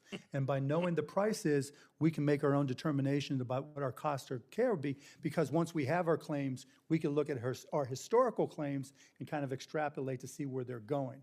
But point two to that is it would crush the big insurance companies, because it allows us, and this is what we're doing, to A, direct contract with providers, and B, just work with a third-party administrator to handle all the services and just figure out the care navigation with a third party as well. They're really, it's rare that insurance companies take all the insurance risk these days. And so this is just one more way to accelerate the move from them towards companies in particular, taking responsibility for all their own care. Dr. Moulds, would you have anything to add to what the impact of the price tags bill? No, anything that can be done to increase price transparency from our perspective is going to be a good thing. You know, we have a much better sight line into prices because of our size. We require a lot of information through our contracts. There's still opacity out there, but for folks who are smaller employers, for example, they often don't, and they don't have the same kind of sight line, and it's incredibly important for them as well. So my belief is whatever we can do to turn patients into consumers again is going to help bring the cost of healthcare down. And if you want to be a consumer, you have to know the prices as well. Mr. Cuban, you want to talk a little bit just about the opaqueness of PBMs, the traditional PBMs, and how they truly are hiding the cost from my mom and dad when they go to their local pharmacist. You know, Cost Plus has been in business 3.5 years, and we're still the only pharmacy that publishes their entire price list. As Mr. Moulds mentioned, he used us as a reference price. When the FTC investigated the PBMs, they used Cost Plus Drugs price list as a reference price.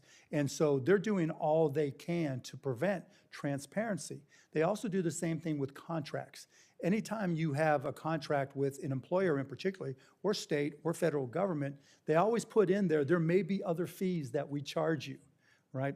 And then they'll play games like with rebate GPOs. What a rebate GPO is, you would think a PBM is big enough to just negotiate with the brand manufacturers and get the best rebates they can. But that's not what they do. They create these intermediary subsidiaries called rebate GPOs that in turn go and negotiate with the brand manufacturers, take, in any given example, 60% in rebates, give back 40% to the actual PBM, who in turn goes to the plan sponsor and says, here's the whole 40%, not disclosing that they kept 20% through their rebate GPO. So those are the types of things, and there's a long list more. But I will say, the one thing for every employer or anybody listening is if you're paying any fees as a percentage of a price of a drug, you're getting ripped off. That's why we call it, our delinking bill takes care of that as well. And the bad news is they're moving these GPOs offshore so they don't have to obey any of our laws. Thank you so much, Chairman. Thank you for holding this hearing. Thank you, Senator Marshall. Senator Gillibrand.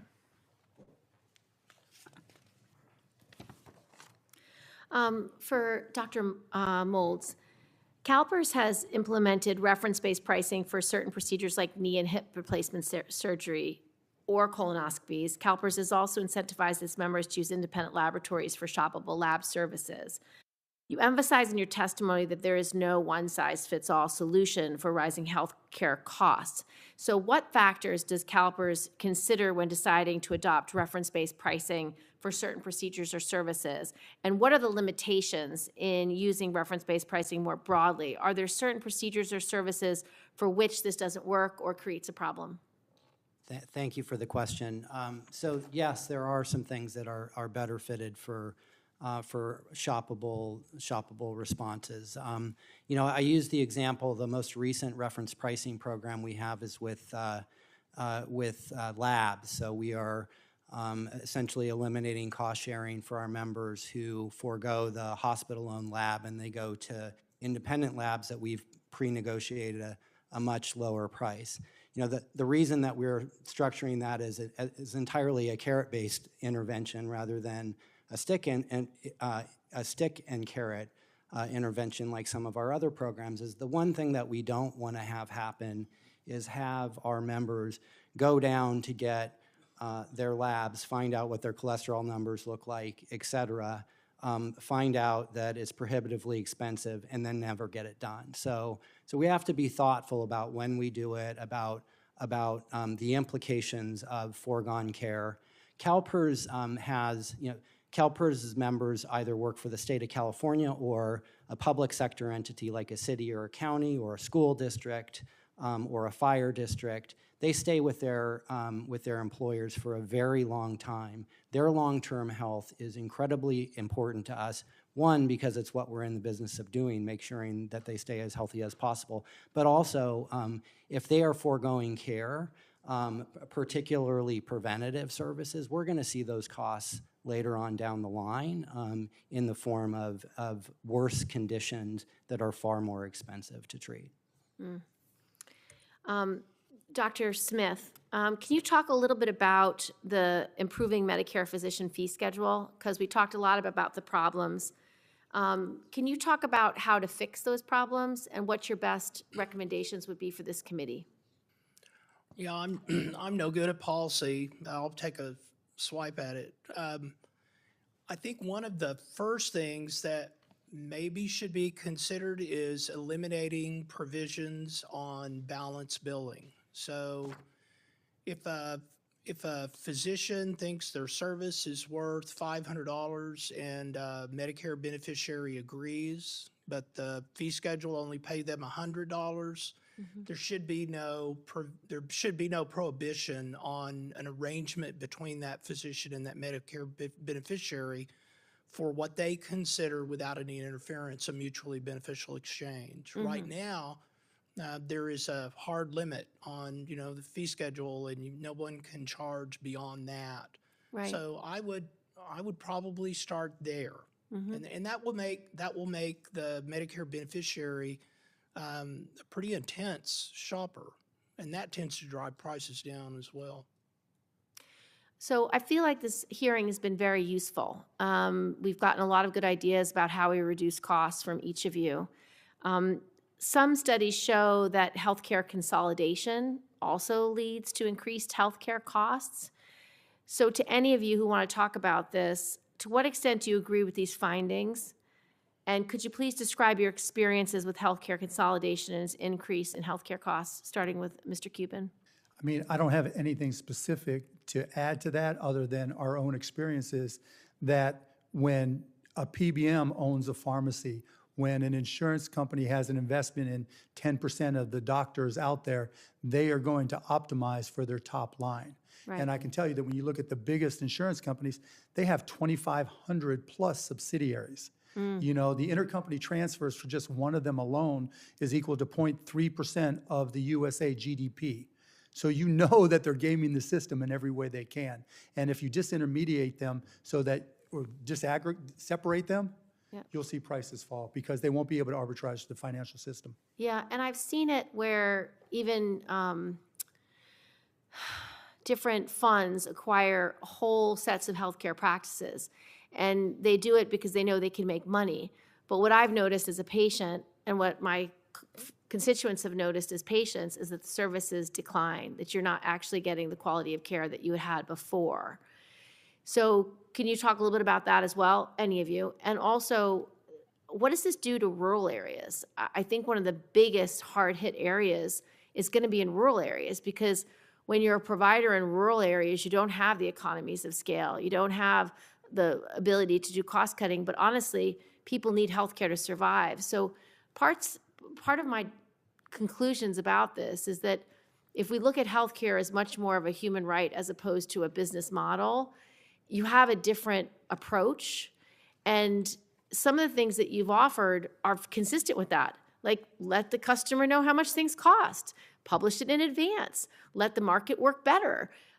Giving that information to consumers, to the patient, is vital to get costs down. And also in your last recommendation, Dr. Smith, you were just saying give patients more control, because they may be willing to pay a little more than Medicare will cover to get the benefit of that doctor. And that's also interesting. So anyone can answer the question.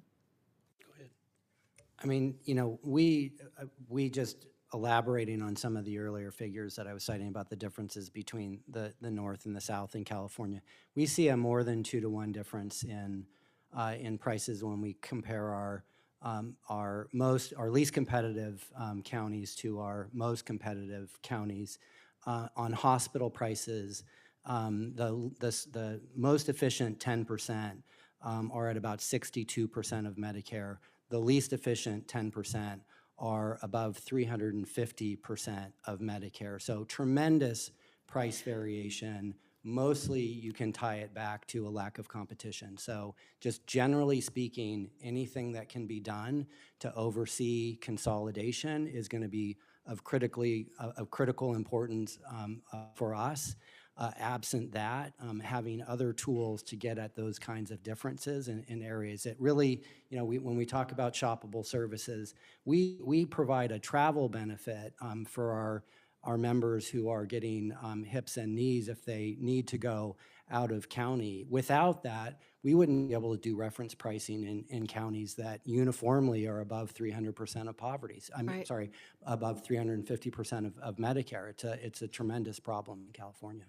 Dr. Lambrew? And I will just quickly add that I think this issue of consolidation within states, especially areas that are rural, is a great concern to state policymakers as well as federal policymakers, because they're kind of on the front line right now of some of these negotiations between large health systems and insurance companies, and how do they manage kind of this cost growth that they can't actually totally control because self-funded plans are outside of states' purview. So I think we'll see a lot of bills next year, I think, at the state level on this topic.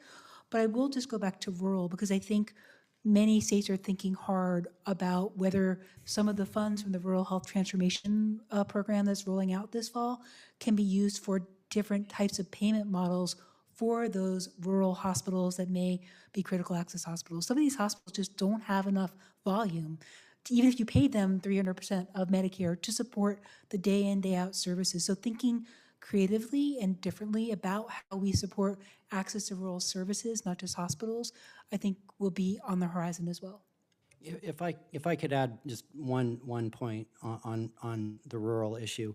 Rural areas are not driving healthcare costs in California. We understand that in some rural areas it is more challenging to provide healthcare services. Some of them are still more expensive than they should be, but that's not what's going on.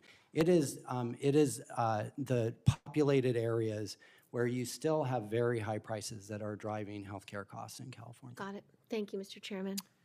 Thank you.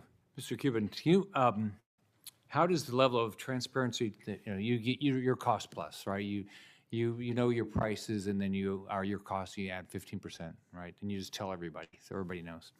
So how's that changed behavior? How's that changed, what have you watched to how it changed behavior? I mean, I look to see people start shopping more, to answer your question directly, because now they know when they go to the pharmacy counter and they're shocked by a price, and we get emails and calls and letters all the time. I thought this medication was going to cost me $900. I went to Cost Plus and it was $21. And then they tell people Cost Plus is growing and we don't spend a penny on advertising. And the reason is when you save somebody money on their health care and their medications, they're going to tell everybody. So how many employees you have at Cost Plus? 70, maybe, and that includes manufacturing. Okay, all right. And so, how do you structure your health plan? So, Our own health plan. So we created something called Cost Plus Wellness, where we're going and we're doing direct contracting with providers around Texas and where we have employees, and I met with a lot of CEOs and CFOs of hospitals and found out where the insurance companies were taking advantage of them. They underpay their contracted rate with high deductibles. You turn the hospital into a subprime lender, right, with the delays from the pre-authorizations. So we said, we'll do none of those things. If you give us a better reference price, we'll pay you cash up front, no deductibles, and no pre-authorization. So we're able to get a much better price. And what we're going to do that's different, by the end of the year, we'll have costpluswellness.com, where we're going to publish all our actual contracts. Because when we talk about transparency, it's one thing to talk about prices, but most companies don't have the sophistication to understand the contractual details. So we'll publish them for anybody to copy. And then for our employees, they have no out-of-pocket when we work within the system. And for our employees, for any drugs from Cost Plus Drugs, they have no out-of-pocket as well. So if they go outside the system, what happens? So if it's for healthcare, someone's in a car accident somewhere, then we have kind of a healthcare navigator, what we call our healthcare CEO, that will call the hospital and say, hey, we'd like the cash price. Because part of the craziness of this healthcare industry is, the biggest insurance companies will negotiate a $25,000 rate for a hip replacement, and any Tom, Dick, or Harry walking in off the street can probably get it for 15. And so we'll negotiate directly to get the better price. So do your employees have any costs at all in healthcare? Yeah, in some of them, yeah, depending on which one of the companies they're in, they do, but for the Mark Cuban companies directly, they do not. Okay. And so when you do, why do you have them have any skin in the game?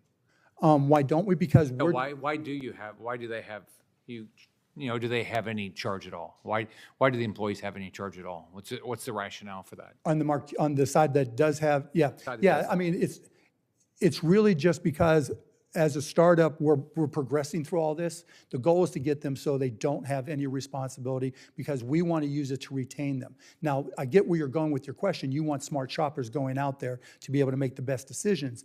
But we'll have a healthcare CEO, CFO, who goes out there and does the negotiating for them. So they that- won't have a choice. Well, they'll have a choice. I mean, they'll have the opportunity, but if it's not going to cost them anything, nobody complains.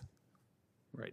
Right, So- because what we're saying is, like, if you have a favorite doctor that you've always used and we're switching for whatever reason, we'll go to that doctor and say, hey, we'd like to do a direct contract with you. Here's, what will you charge us? What if they say no, and I'm not going to do that? Then we'll pay their going rate because we want our employees to be happy. Okay. Dr. Smith, are government policies and regulations helping you or hurting you? Well, indirectly hurting us, I think, because we pay tax, unlike the not-for-profit hospitals, as you pointed out earlier today. We also are alarmed at how aggressively hospital systems are acquiring physician practices and hiring physicians. That has decreased the number of independently. Why would they do that? Yeah. Well, yeah, it's vertical integration and it's consolidation, it's all the above. So the number of independent practicing physicians is dwindling in the country. And so this movement is curtailed to the extent that they have no sort of entrepreneurial instinct or vision at all. Yeah, but I operate for the most part out of the government regulatory sphere. We accept no government payments. We just accept payments directly from Could you open up another surgery center right now? Could I? Yeah. Is there any government limitations? The only government limitations on opening up a surgery center or a hospital is if you wish to accept federal payments. That's illegal. Why? For a hospital. Why would that be illegal? That was a provision in the Affordable Care Act. What's the rationale for that? So I mean, what you've said is you're way cheaper than Medicaid and you're way cheaper than Medicare. So shouldn't they want a lot of competition like you? Yeah, I can only speculate. The prohibition on opening new physician hospitals, it's actually worse than that. The prohibition expanded to, or it included expanding existing physician-owned hospitals. So I was told that was part of getting the American Hospital Association to the table to endorse the bill, but that's just what I was told. Mr. Cuban, so you know who's on your health plan, right? It does take cost plus. You know who's on your health plan, right? I have a bunch of different companies, but generally. But I mean, the CEO of the company would know who's on the plan, right? Not necessarily, no. They would know who's. I mean, generally, yes, but I've got a lot of different companies, so I couldn't. Okay. So, but would you be okay if there was just an agent that could just sign up somebody and you paid 100% of it? No, of course not. Okay. So would it surprise you that in the COVID, what Senator Warnock was talking about, that the way it works is an agent can sign anybody up they want as long as they know their name, address, and birth date. And then the money goes directly to the insurance company. So does that sort of make sense to you? Of course not. Okay. Do you think there might be fraud, that people would take advantage of it? I think salespeople are going to find ways to make money, aren't they, no matter what? Yeah. So, Dr. Moulds, so how many different reference things are you doing? How many different procedures? 16, 17, 18 at the moment. Okay. And how much? Sorry, 18 different, 18 different procedures. They're structured differently, but in 3 buckets, essentially. Okay. And you've said that the prices in certain places of the hospitals are higher than others. Why would that be? As I've said, I think a lot of it has to do with competition. Some of it is independent of that. I mean, certainly there are places where it is harder to run a hospital than in other places. Let's take Sacramento. How many hospital delivery systems are there? So there are 1, 2, 3, 4, How many do you contract with? all of them. You contract, and is there different pricing? Yes, negotiated through, generally speaking, and negotiated either through the insurance companies that we contract with or through our third-party administrator. How big of a customer are you? We're the largest purchaser in California. So if somebody said they're not going to talk to you, would it impact their business much? Yes. So you were talking about rural hospitals, and I think all of us want to make sure rural hospitals stay in business. So would you do a hip surgery at a rural hospital? Any hospital. If they do hip surgeries, you do it? You pay for it? Any hospital that is of sufficiently high quality, and yes. How many surgeries would you want them to have? Hips, as I understand it, I am not that kind of doctor, but as I understand it, generally there are, multiple knees, as in a single knee more than once, or multiple single hips is Dr. pretty Smith, rare. how many, before you went to a rural, a hospital, how many, would you want to go to a physician that did one a year? Yeah, I would pick the physician, and they, I'd say they'd need to do 100 a year. If the surgeon had confidence in a facility and the crew there, that would be the biggest indicator that they know what they're doing. But a typical rural hospital, how many, if they were going to do, would they get 100? They would not do 100. No. So you probably wouldn't want to go there for your care. No. Right. So, Mr. Cuban, do you think you could apply the same principle to some other areas of healthcare? Could we do it with MRIs and Of CT course. scans? Yeah, particularly with those because it's just equipment and some technicians and, some qualified doctors. So have you worked with the Department of War? Are they contracting with you? No. Why not? I have no idea. Have you talked to them? Have not talked directly, but when the DOD went out for one of their bids, the requirement was that thick, and it just wasn't worth the time. Okay. So how about, and the same for the VA and same for TRICARE? Yeah, same. So what Senator Warner was saying that you were checking the price, I think you said something. So how'd you find that? You were able to look at the TRICARE book? Yeah, and you could see what their price was? And actually just their copays. We were cheaper than their copays. And so why would you be cheaper than our copays? Because they're stealing. Have they, I mean, is there? Makes no sense, does it? Can they? There's a reason why they don't publish their price lists. And to Dr. Moulds' point, prices vary by customer to customer to customer. And that's how they maximize their margins.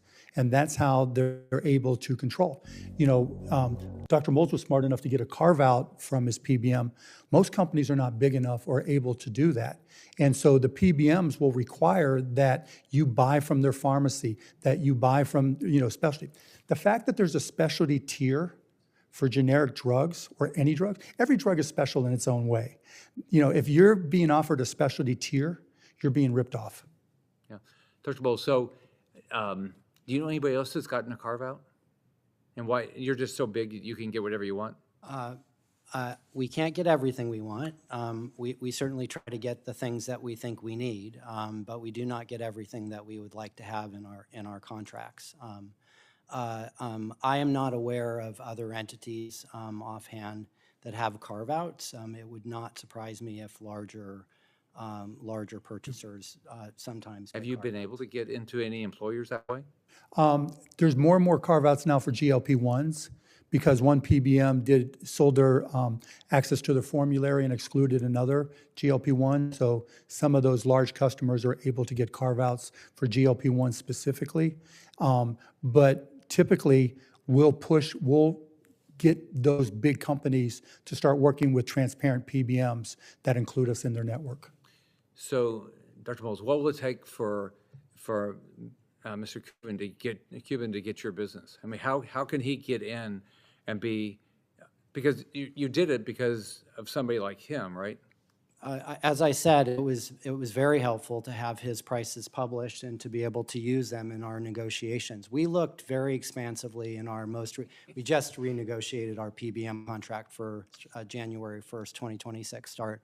We looked comprehensively at a number of different solutions, including multifaceted ones of the kind that Mr. Cuban has mentioned.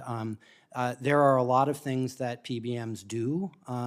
In addition to buying drugs, they distribute drugs, they help manage formularies, et cetera. So, breaking that up is something that we always have as a vision for our future. It is an enormously complicated thing to take on. We have taken pieces of that and incorporated it in a broader approach right now, but we're not precluding a future where we do something that breaks apart what they provide and contracting independently for those solutions. Is there something that the PBMs are doing that you can't do? No. Okay. I mean, let me qualify that. We don't have access to all brand drugs. And what we're told from the brand manufacturers is the reason they don't sell to us is because it's been intimated to them from the big PBMs that if they do work with us, they will see their portfolios diminished on their formularies. Formularies give big PBMs 100% of their power. If they didn't have control of formularies, and look, there's no specific skill set that they have that the state of California couldn't recreate for creating their own formularies, right? They just go out and negotiate that formula and effectively auction off access to that formula. If you disaggregated by law formularies from PBMs, companies, patients would have better experiences. They would be more dependent on their doctors, and the entire rebate system would collapse like that. And when the entire rebate and fees system collapsed, the price of medications would fall, depending on the medication, 30 to 80%. And so their control of formularies gives them every bit of leverage. Why do you think PBMs were started?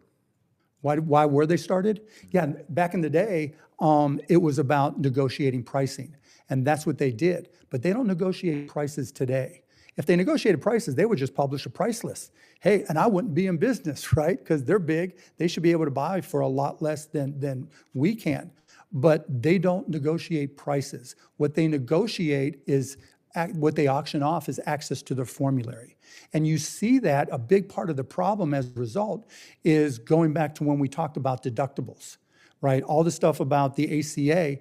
Well, you would think a PBM, if they truly were about negotiating prices to the benefit of patients, they wouldn't make patients pay full list price for a medication until they hit their deductible.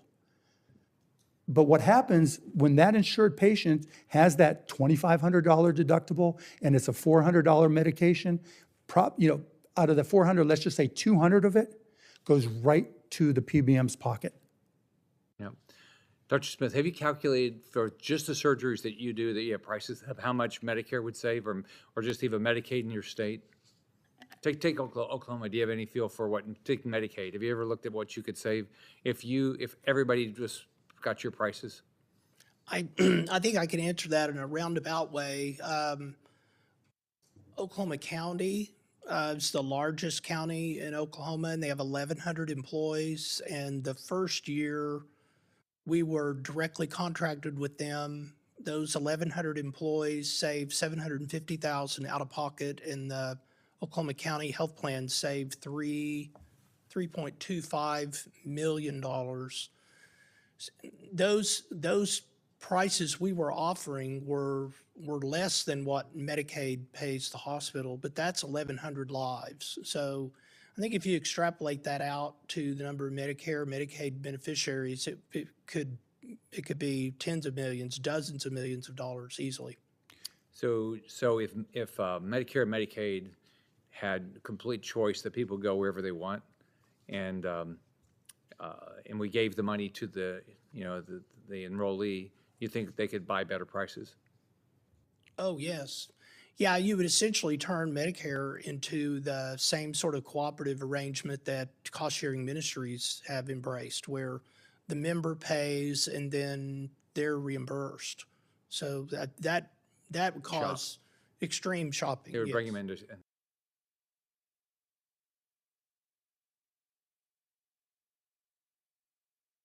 Make them shoppers. Yeah. Mr. Cuban, you started you're starting to produce sterile injectables. Was that an easy process? Was the government really a good partner and help you get that done? No, it wasn't an easy process. And if I can add one more thing on the cost for Medicare and Medicaid, there have been multiple studies that showed if Medicare bought, I think it was oncology drugs through cost plus drugs, it would save $6 billion a year, $1 billion a year for urology drugs. But to go back to your question on our manufacturing facility, we had to work with the FDA, and it was slow, but it was efficient, and we were able to get it done. And honestly, now, since the change in administration, we're extending that, and they've been very good to work with and much quicker. So are you like 3 times, 4 times, 5 times the international if same thing? Are your costs way higher than if you did this in Vietnam or India or China? No, because we're mostly robotic, or all robotic, and I'd say we're really close to being as cheap, if not cheaper, than overseas. Right. So, do you? By the way, do you tell people where drugs are made? I'm sorry? Do you tell? Where the source country is? Yeah, we don't at this point in time. It's something we're discussing. We have 1 drug that's made in China that might move to 2. We have a bunch that are made in India, but we check and we do batch checking and all that, and we're increasing the number that we get done here.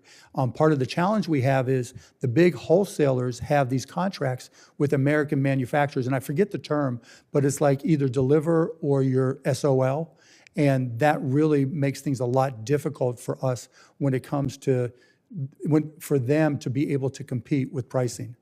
So what do you think your prices, and especially as you build up more volume, what do you think your prices are going to be on injectables versus something? Well, they're already cheaper than anywhere else, right? And in terms of competitive with international, we should be less expensive, and we're changing how we do it.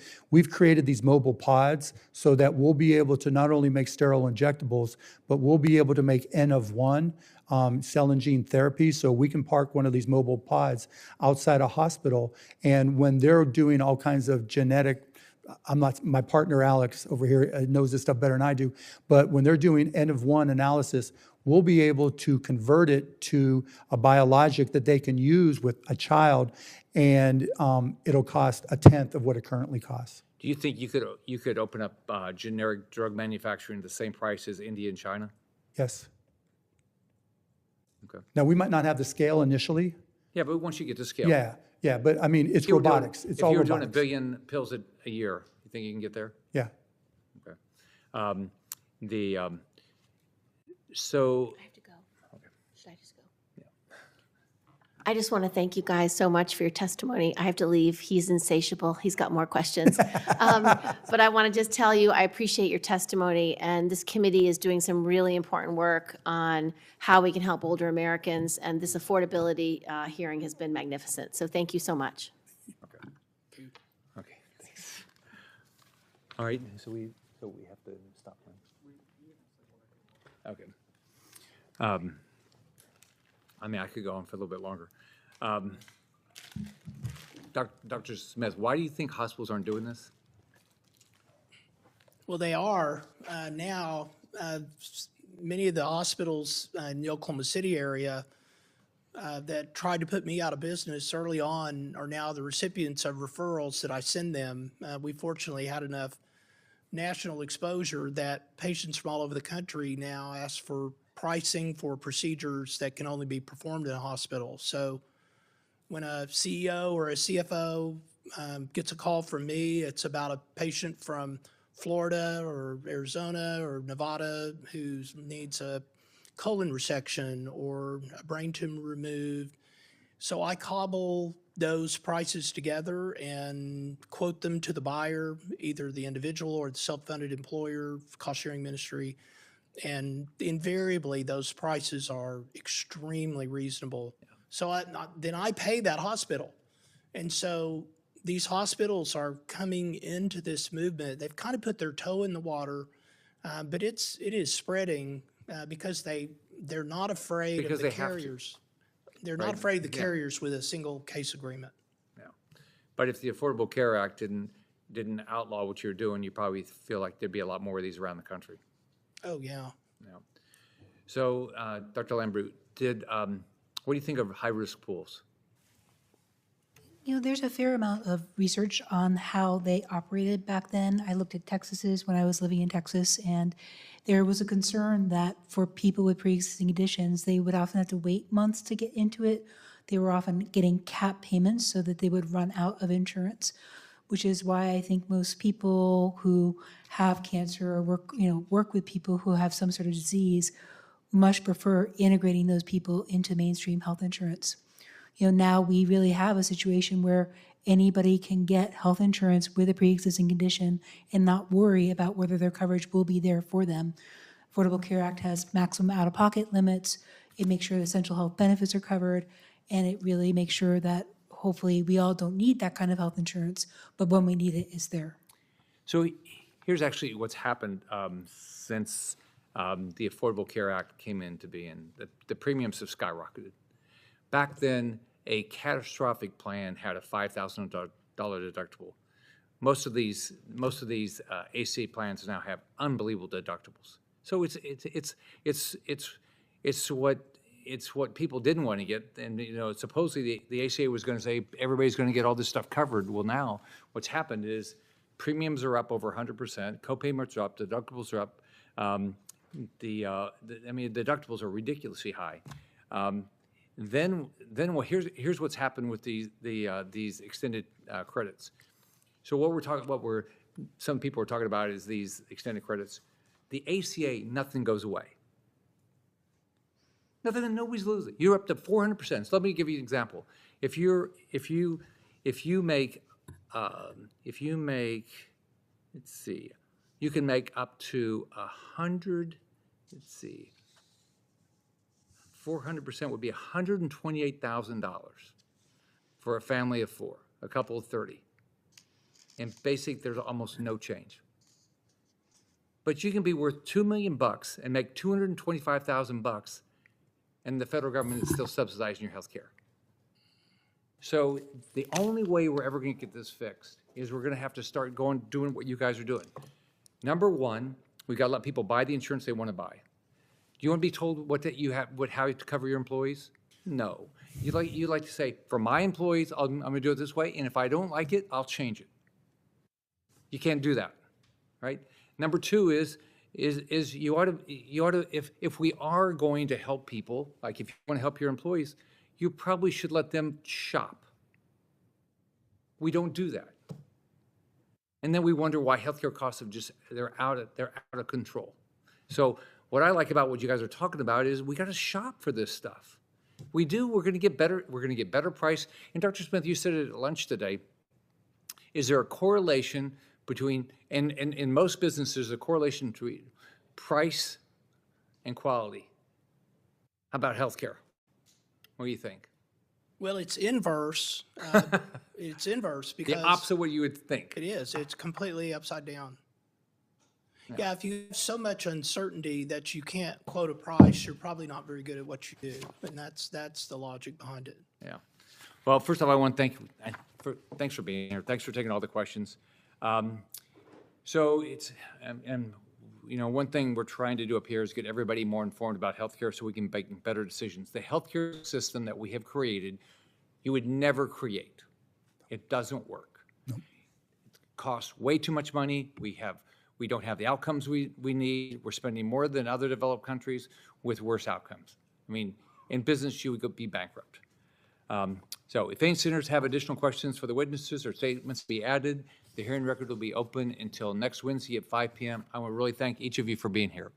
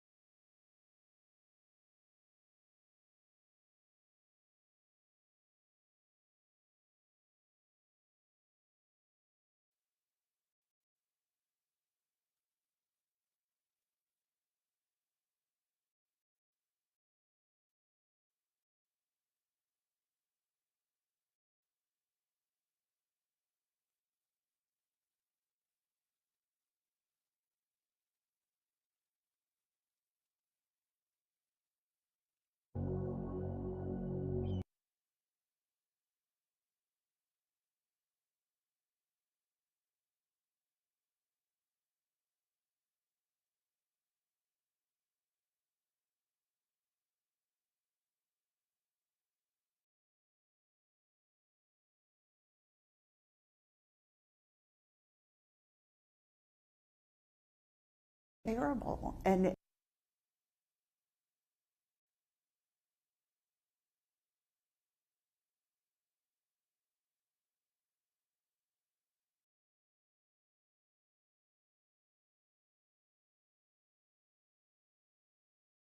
I mean, shutdowns are terrible. And of course, there will be, families that are going to suffer. We take that responsibility very seriously.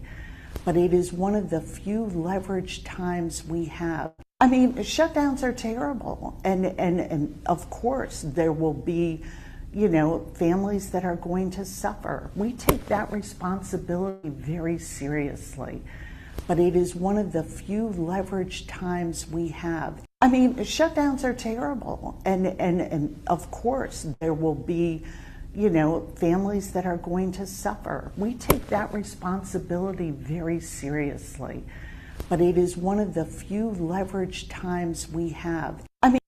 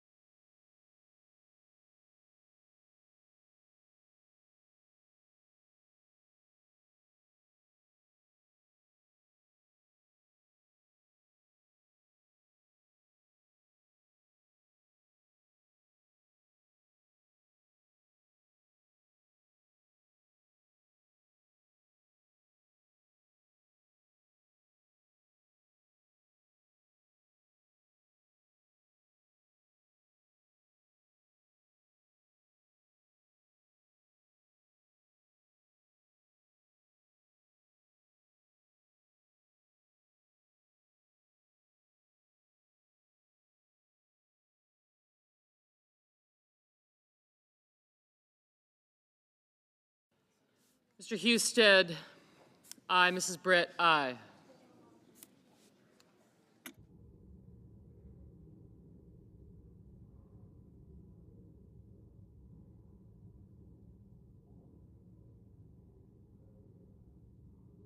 Mr. Ricketts, aye.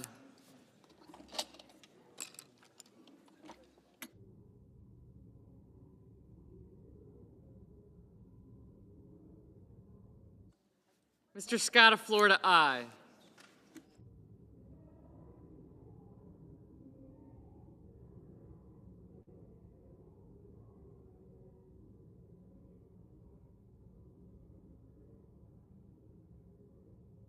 Mrs. Moody, aye.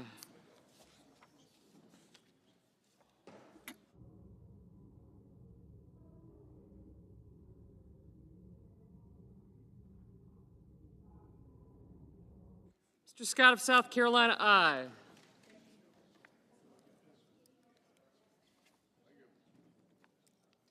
Ms. Warren, no. Mr. Blumenthal, no.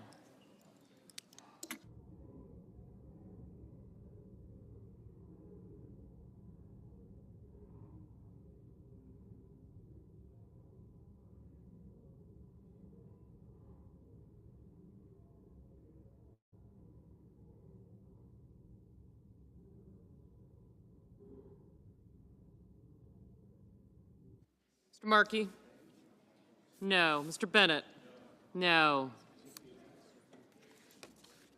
Mr. Rounds, aye.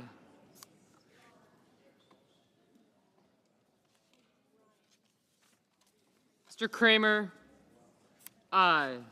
Mr. Hoven, aye.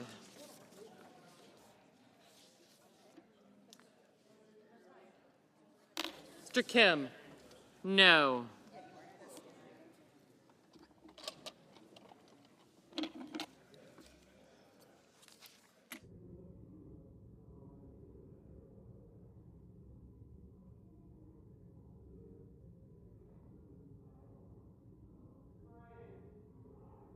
Mr. Moran, aye.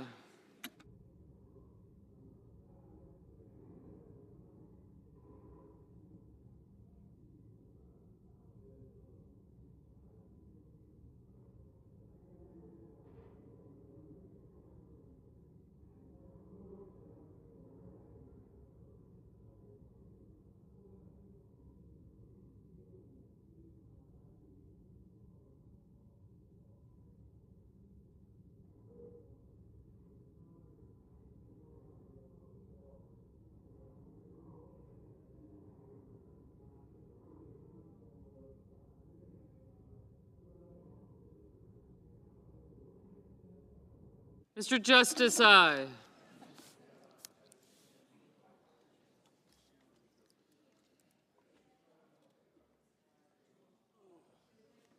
Mr. Tillis, aye.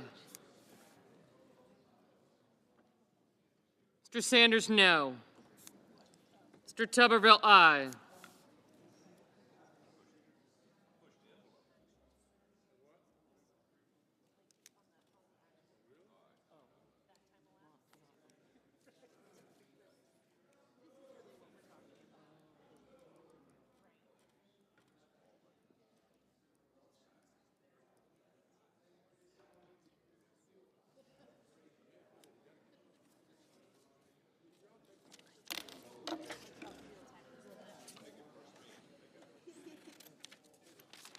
Mr. Banks, aye.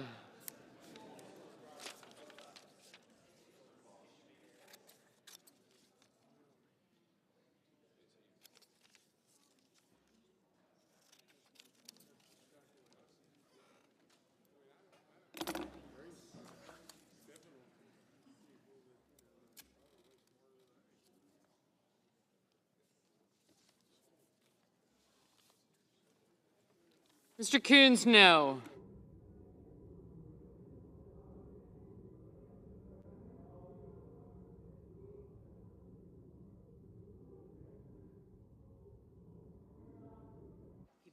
Mr. McConnell, aye.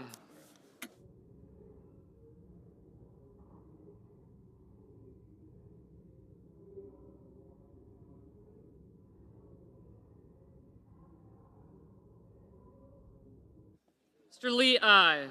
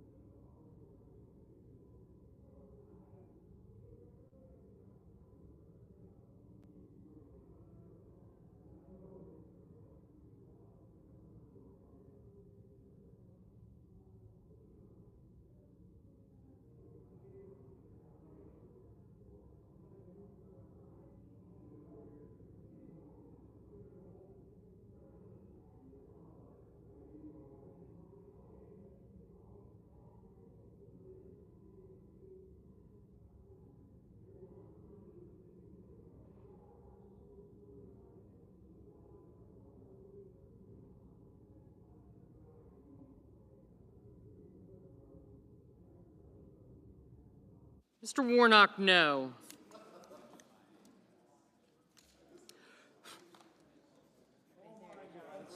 Not at this point, thanks. It's already done.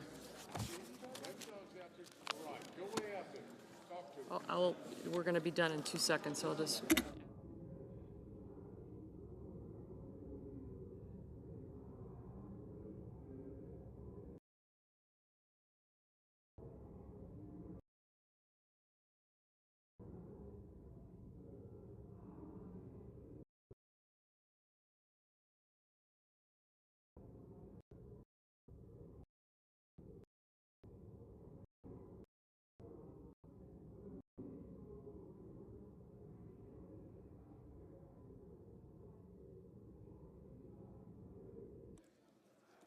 Mrs. Fisher.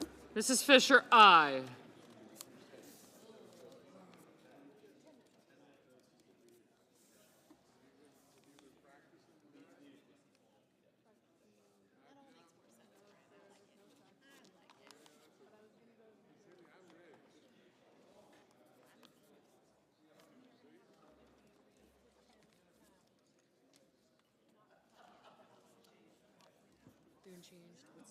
He didn't change it yet. He's going to. All of it.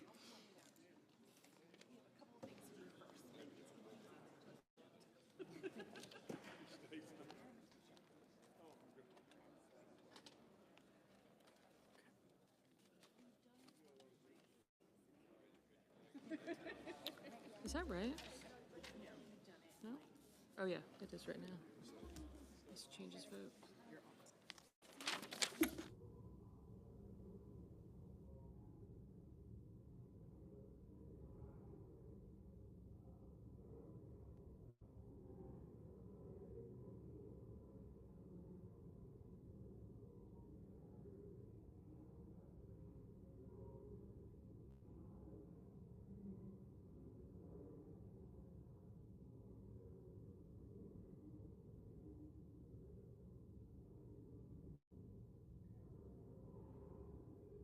Mr. Thune. Mr. Thune. No. You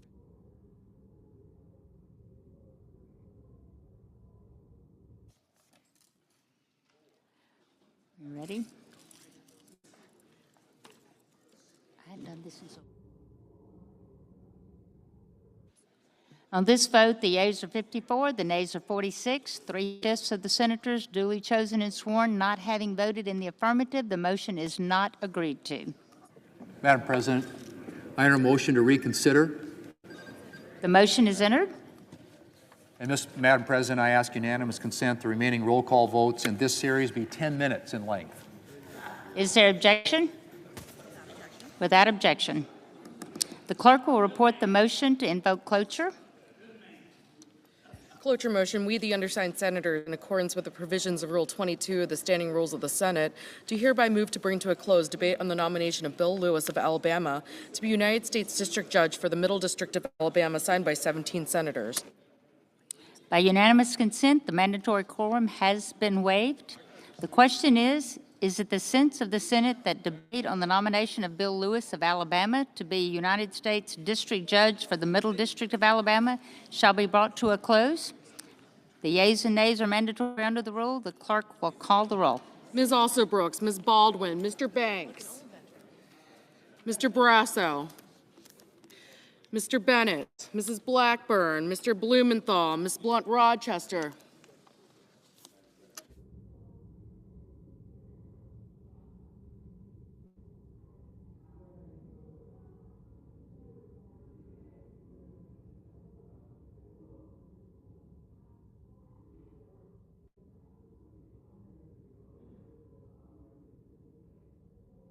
Mr. Booker, Mr. Bozeman,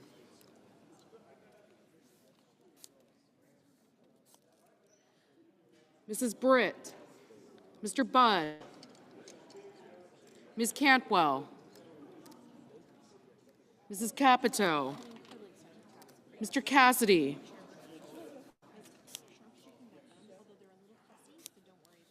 Ms. Collins, Mr. Coons, Mr. Cornyn, Ms. Cortez Masto, Mr. Cotton, Mr. Kramer, Mr. Crapo, Mr. Cruz,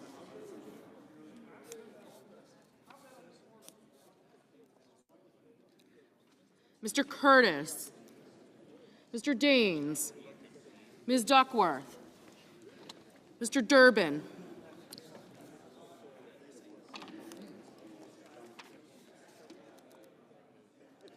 Ms. Ernst, Mr. Fetterman, Mrs. Fisher, Mr. Gallego, Mrs. Gillibrand, Mr. Graham,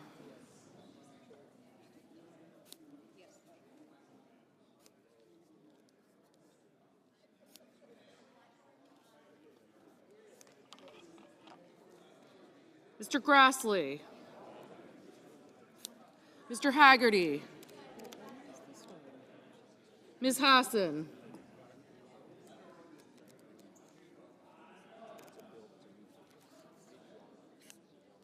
Mr. Hawley.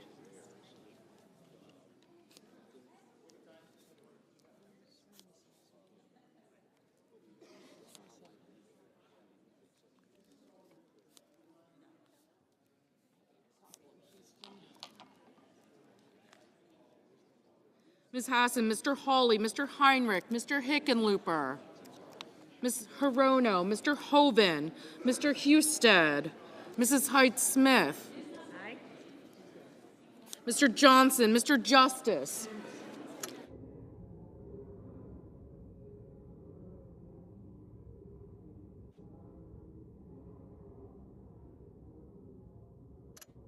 Mr. Kane, Mr. Kelly,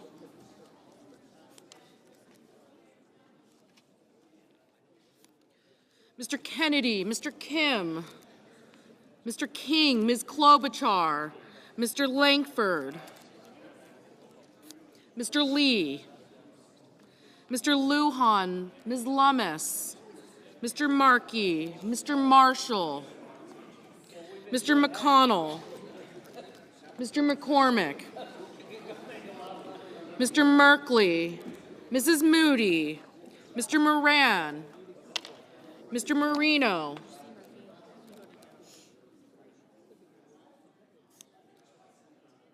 Mr. Mullen, Ms. Murkowski, Mr. Murphy, Mrs. Murray, Mr. Ossoff, Mr. Padilla,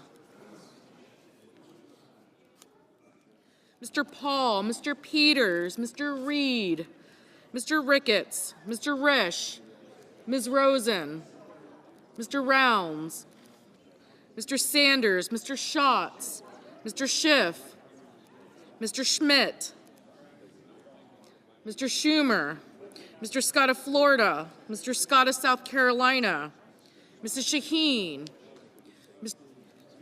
Mr. Sheehy,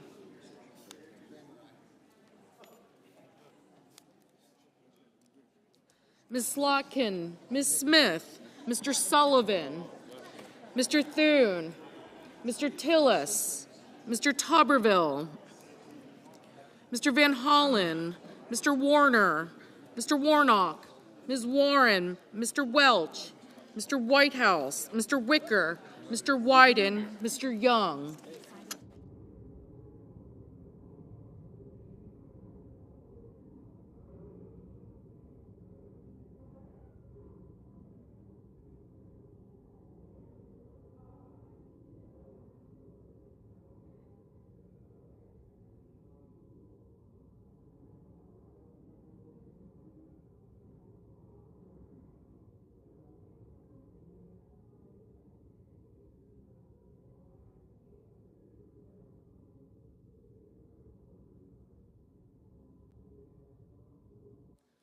Senators voting in the affirmative: Blackburn, Bozeman, Britt, Capito, Cornyn, Kramer, Durbin, Ernst, Fetterman, Fisher, Graham, Grassley, Haggerty, Hawley, Hyde-Smith, Johnson, Justice, Kane, Kennedy, Langford, Lee, Moody, Murkowski, Paul, Ricketts, Scott of Florida, Tillis, and Wicker. Mr. Barrasso, aye. Senators voting in the negative: Blunt Rochester, Cantwell, Duckworth, Gallego,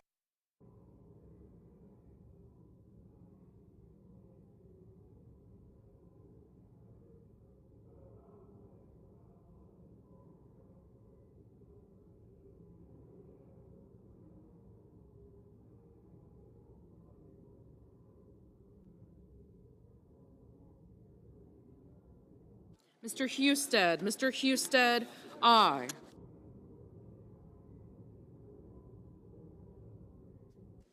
Mr. Heinrich, no.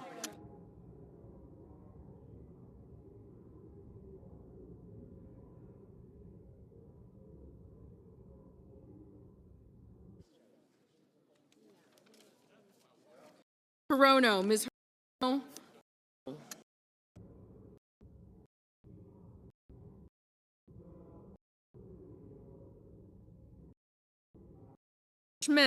Schmidt, aye. Mr. Banks, Mr. Banks, aye. Mr. Budd, aye. Mr. Crapo, aye. Mr. Booker, no.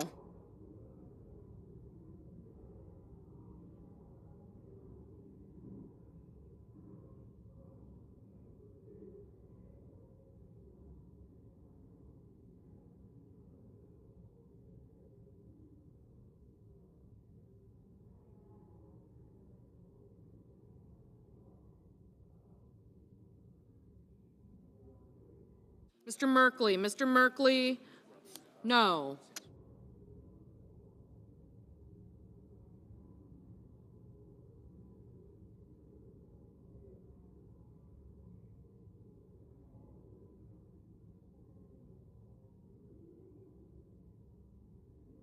Mrs. Murray, no.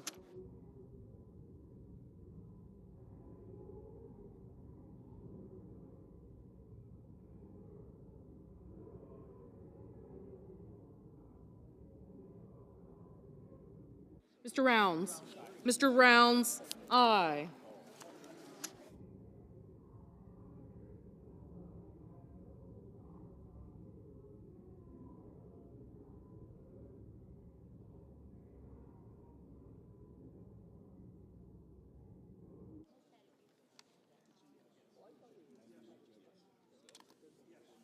Mr. McConnell, aye. Mr. Padilla, no. Mr. Whitehouse, no.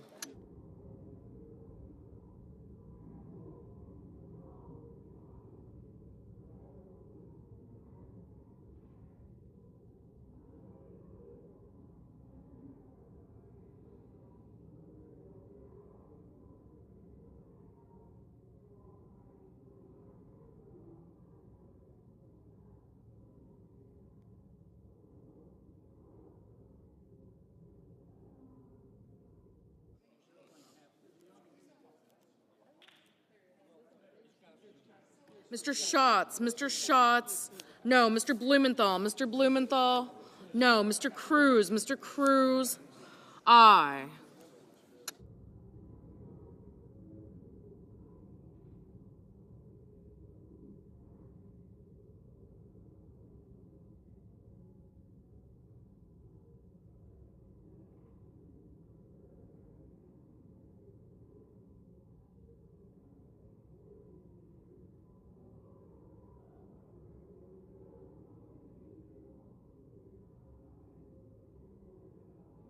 Ms.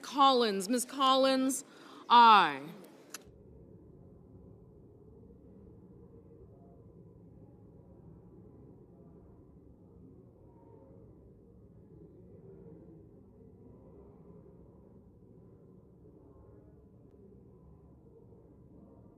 Mr. Curtis, aye.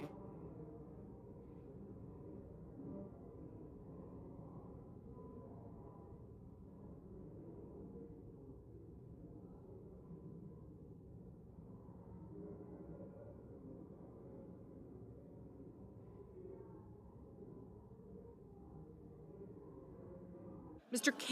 Kim, no.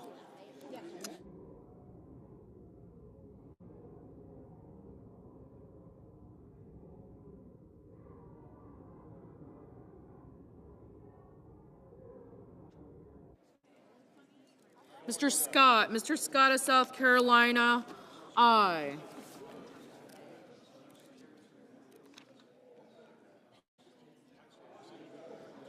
Mr. Van Hollen, no. Ms. Cortez Masto, no. Ms. Hassan, aye. Ms. Baldwin, no. Mr. Welch, no.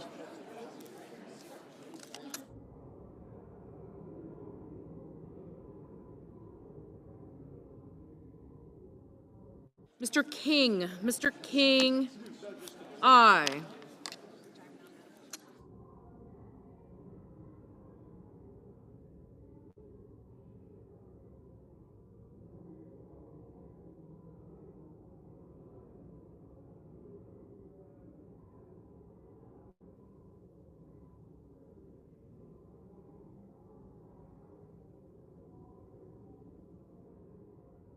Mr. Kelly, no. Ms. Rosen, no. Ms. Slotkin, no. Mr.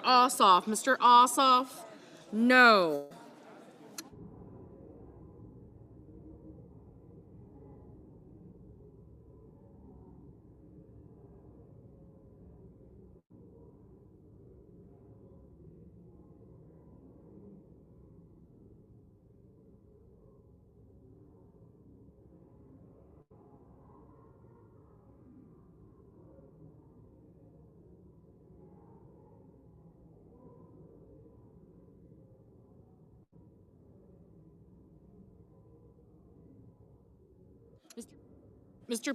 Mr. Peters, aye.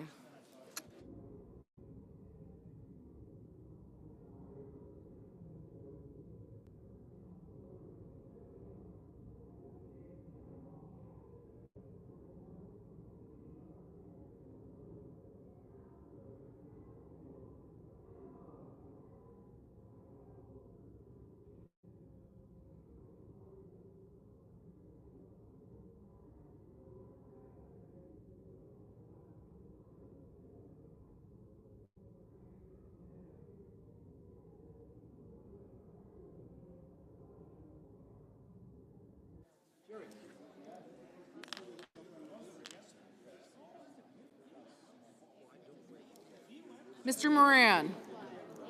Moran, aye.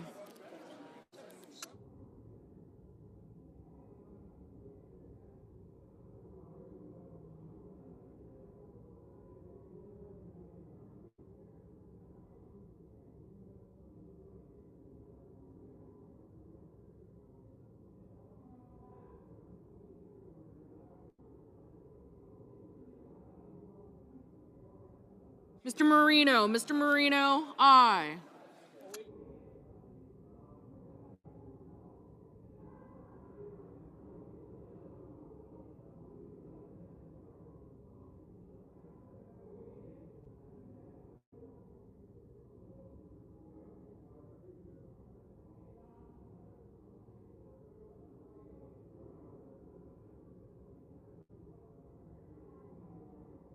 Mr. Thune, aye.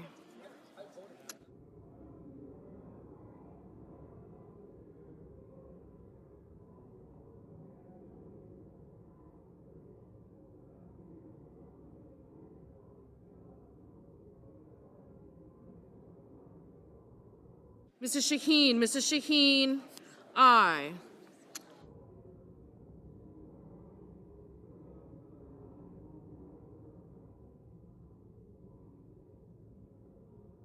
Mr. Cotton, aye.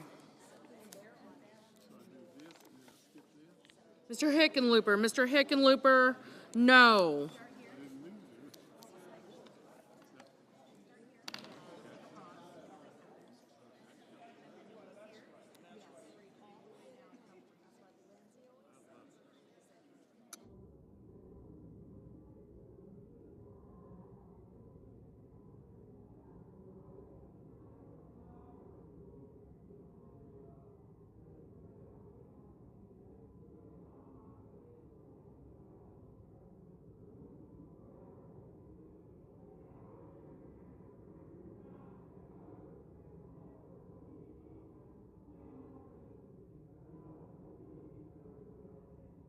Mr. Marshall, aye.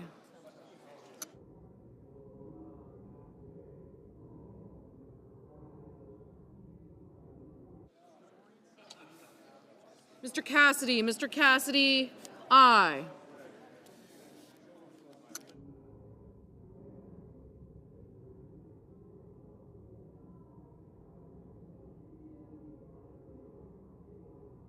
Mr. Schiff, aye.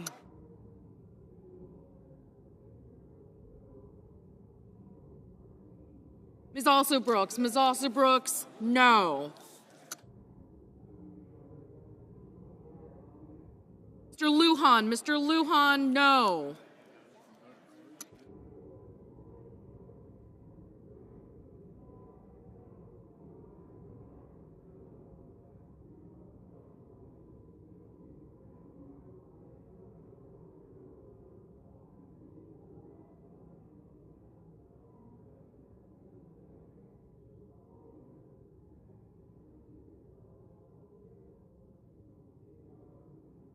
Mr. Coons, no.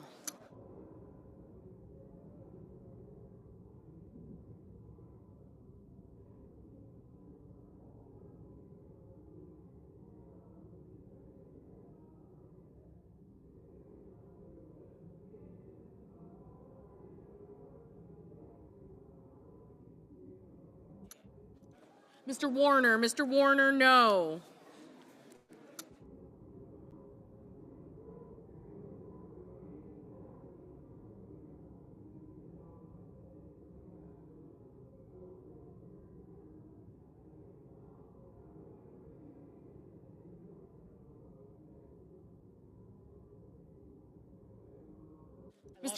Mr. Mullen, aye.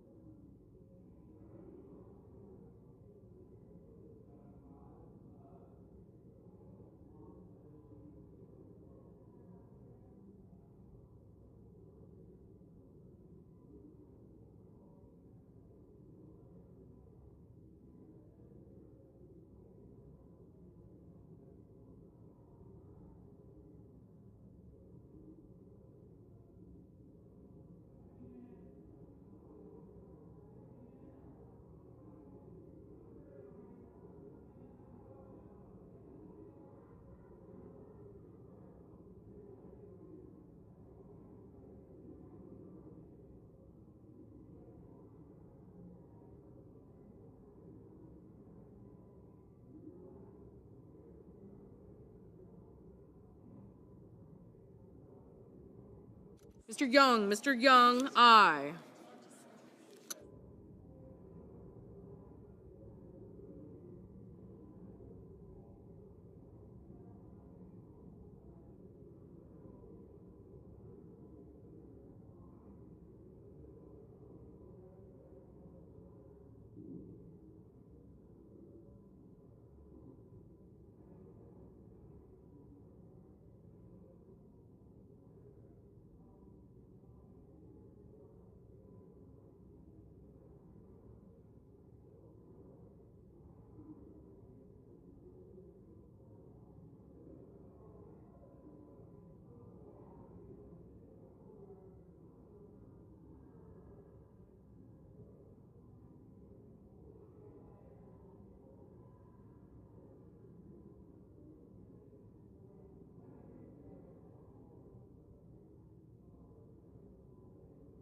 Mr. Sullivan, aye.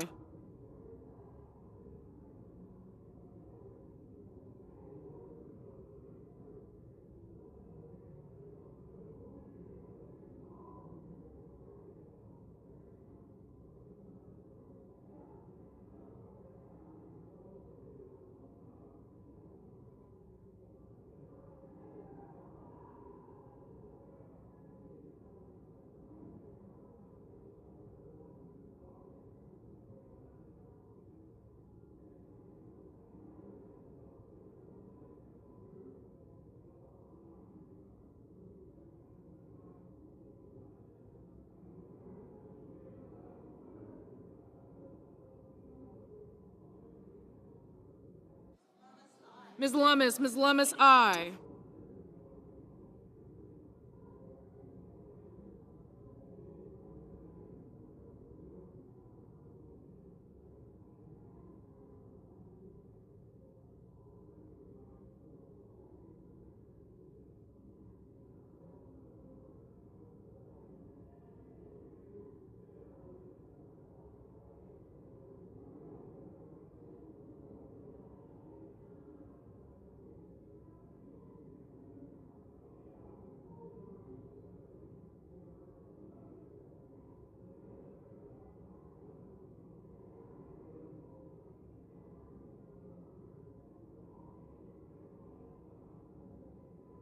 Mr. Sheehy. Mr. Sheehy, aye.